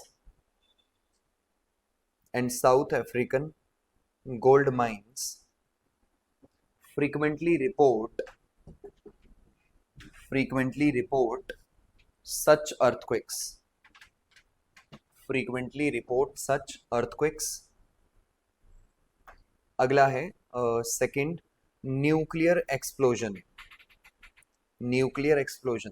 तो न्यूक्लियर एक्सप्लोजन तो आपको पता ही है कि मैन मेड होते हैं ज़्यादातर, और जैसे कि सबसे पहला जो हमने किया था ऑपरेशन स्माइलिंग बुद्धा 1974, ठीक है, पोखरण में, और दूसरा किया था 1998 पोखरण 2। तो पहले में तो बम थे हमारे पास, हमने टेस्ट कर लिए थे 74 में, बट लेकिन उसको डिस्क्लोज किया था हमने अच्छे से 1998 के अंदर। तब हमें भी एक न्यूक्लियर पावर का जो स्टेटस है वो उसके बाद वहां से मिल गया था, उसके पहले नहीं था। ठीक है, तो एक था 1974, उसके बाद कब हुआ, 1998 के अंदर। तो ये जो आपके न्यूक्लियर ब्लास्ट होते हैं, जो न्यूक्लियर बम को जब टेस्ट किया जाता है, तो पहले तो इसको क्या करते थे, समुद्र में भी टेस्ट किया, फिर इसको लैंड पे भी टेस्ट किया, फिर इसको एयर में भी टेस्ट किया। ये बाकी सब कंट्रीज ने किया हुआ है, यूएसए ने किया है, रशिया ने किया है, चाइना ने किया है, बाद में फिर वो ट्रीटी आ गई तो बैन लग गया। भारत ने टेस्ट किया था जमीन के अंदर, क्योंकि इतना अंदर करना पड़ता है कि अगर उससे रेडिएशन भी फैले तो कम से कम वो अंदर ही रहे, वो बाहर ना आए। लेकिन एयर में एक बार फैल गई, हवा चली, तो वो कई किलोमीटर्स तक जा सकती है, जिससे नुकसान हो सकता है। तो इसलिए उसको अंदर टेस्ट किया था, और ऐसी जगह टेस्ट किया था पोखरण के अंदर जो है ही प्रॉपरली डेजर्ट है, जहाँ कुछ होता ही नहीं, कि कुछ हुआ भी तो कम से कम ऐसे एरिया में होगा जो बेकार एरिया है। ठीक है, डन, यहाँ तक क्लियर है। तो न्यूक्लियर एक्सप्लोजन लिख लो, that underground nuclear test generate, the underground nuclear test generate generate seismic waves similar to natural earthquakes. Similar to natural earthquakes, they can be detected globally. They can be detected globally by seismographs. By seismograph.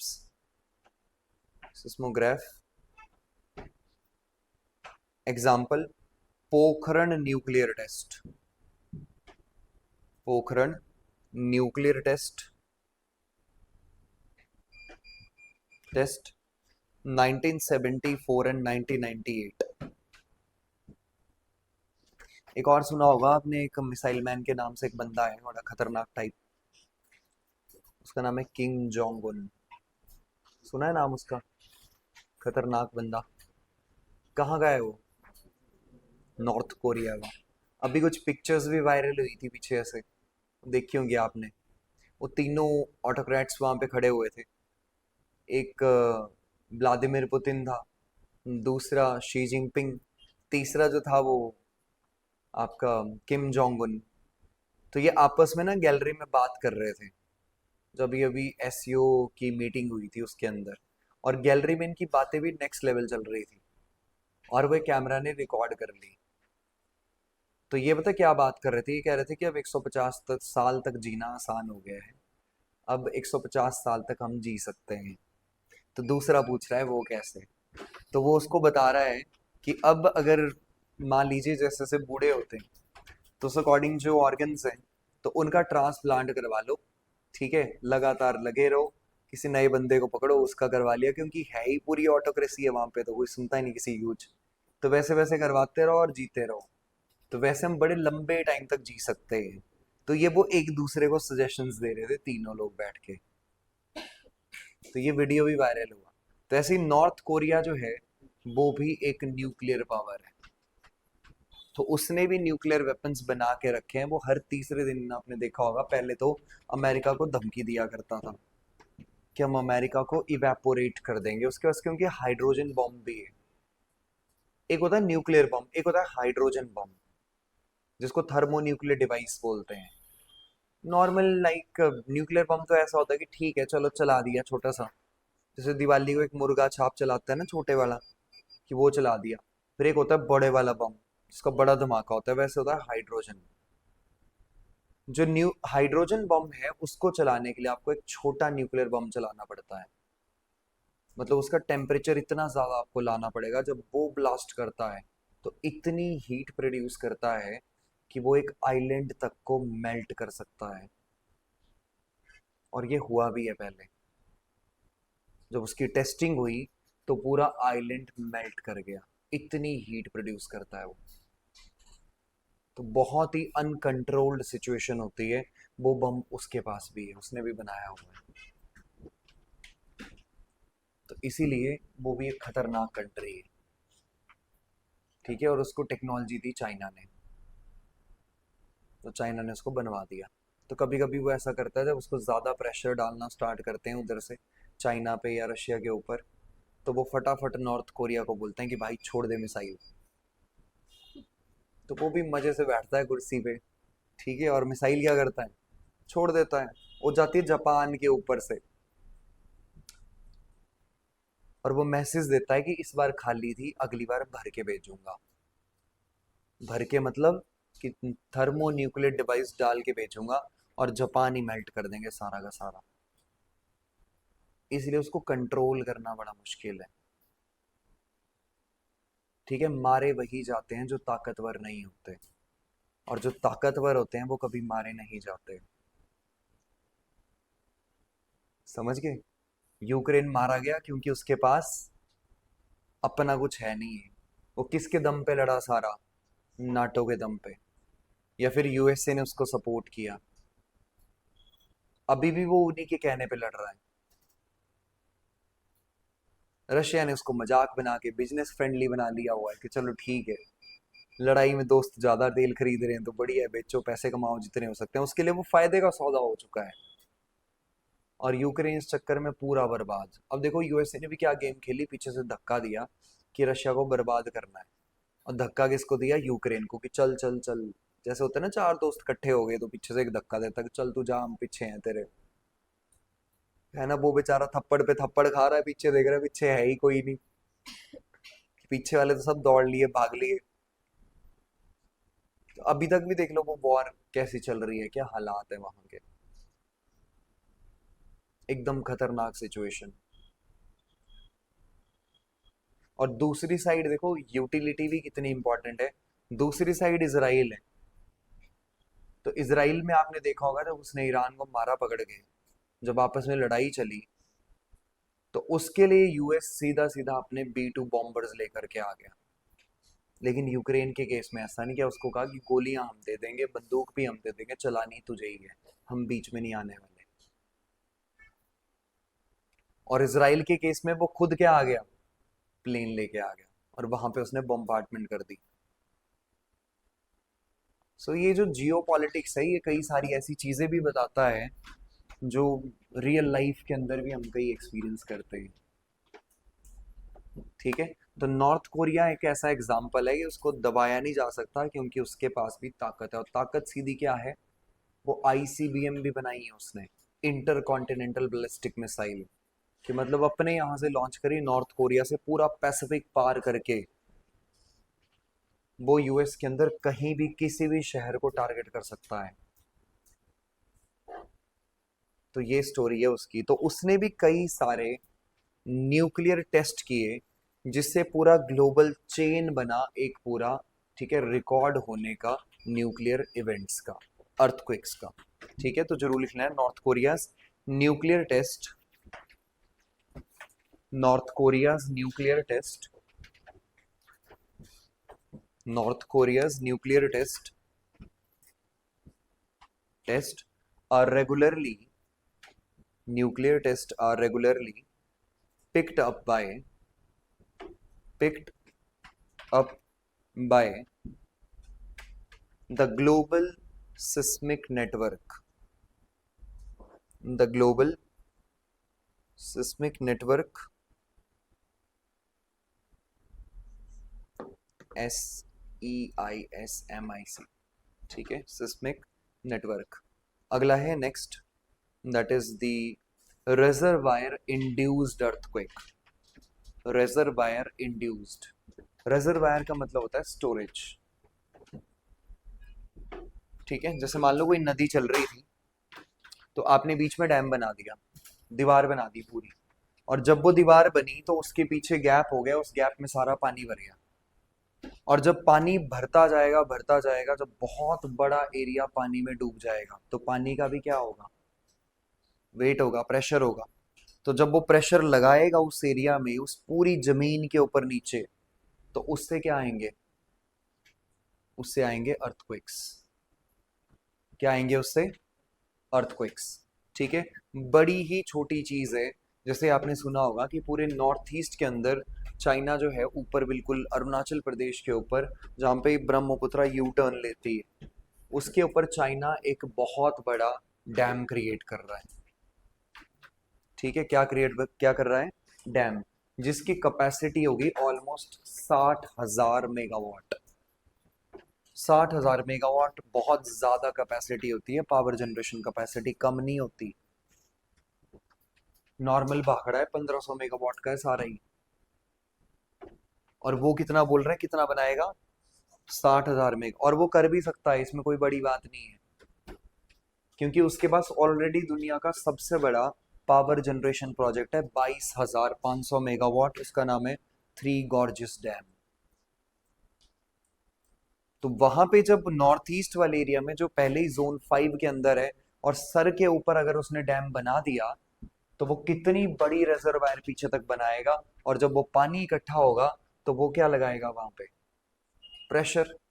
Isostatic rebound, isostatic balancing फिर होगी। और हो सकता है कि earthquake बहुत बड़े scale पे आए पूरे नॉर्थ ईस्ट के अंदर। ये बहुत बड़ी मतलब दिक्कत है इस समय, जो अभी चल रही है। तो बना तो वो अपने एरिया में रहा है, लेकिन इम्पैक्ट कहाँ तक आ सकता है? हमारे एरिया तक। ठीक है, और छोटा मोटा नहीं है, छोटा मोटा चलो 1000 मेगावाट 2000 मेगावाट तो कोई प्रॉब्लम नहीं होती। It's about 60,000 megawatt. बहुत बड़ा स्केल है ये। ठीक है, तो इससे अर्थक्वेक्स आते हैं, तो लिख लो when large dams are built, when large dams are built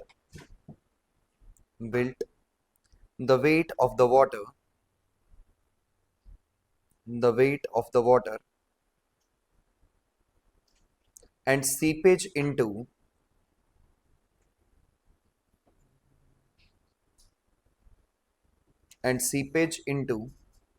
rocks,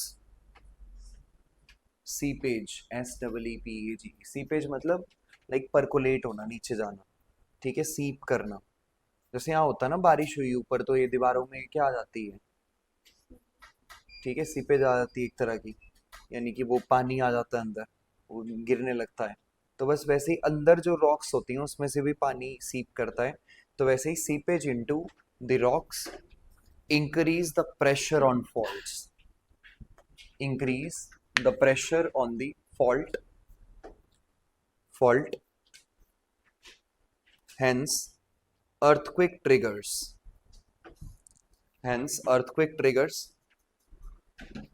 example Koyna Dam, Maharashtra, example Koyna, Koyna, Koyna Dam, Maharashtra, 1967, 1967 यहाँ पे 180 डेथ्स हुई थी इसकी वजह से।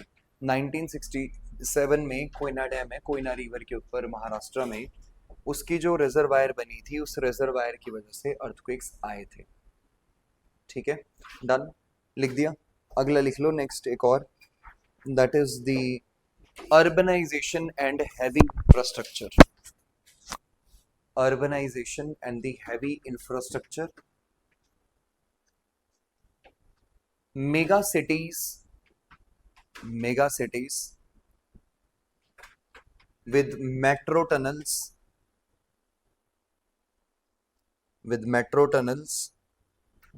and underground infrastructure,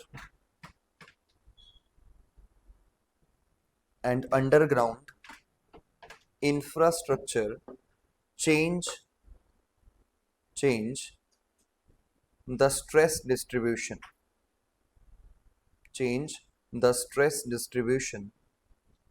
can also trigger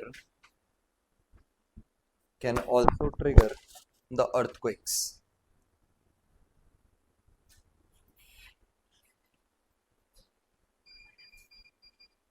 full stop. ठीक है, एक बार देख लो, सारा कुछ पूछना है तो पूछ लो।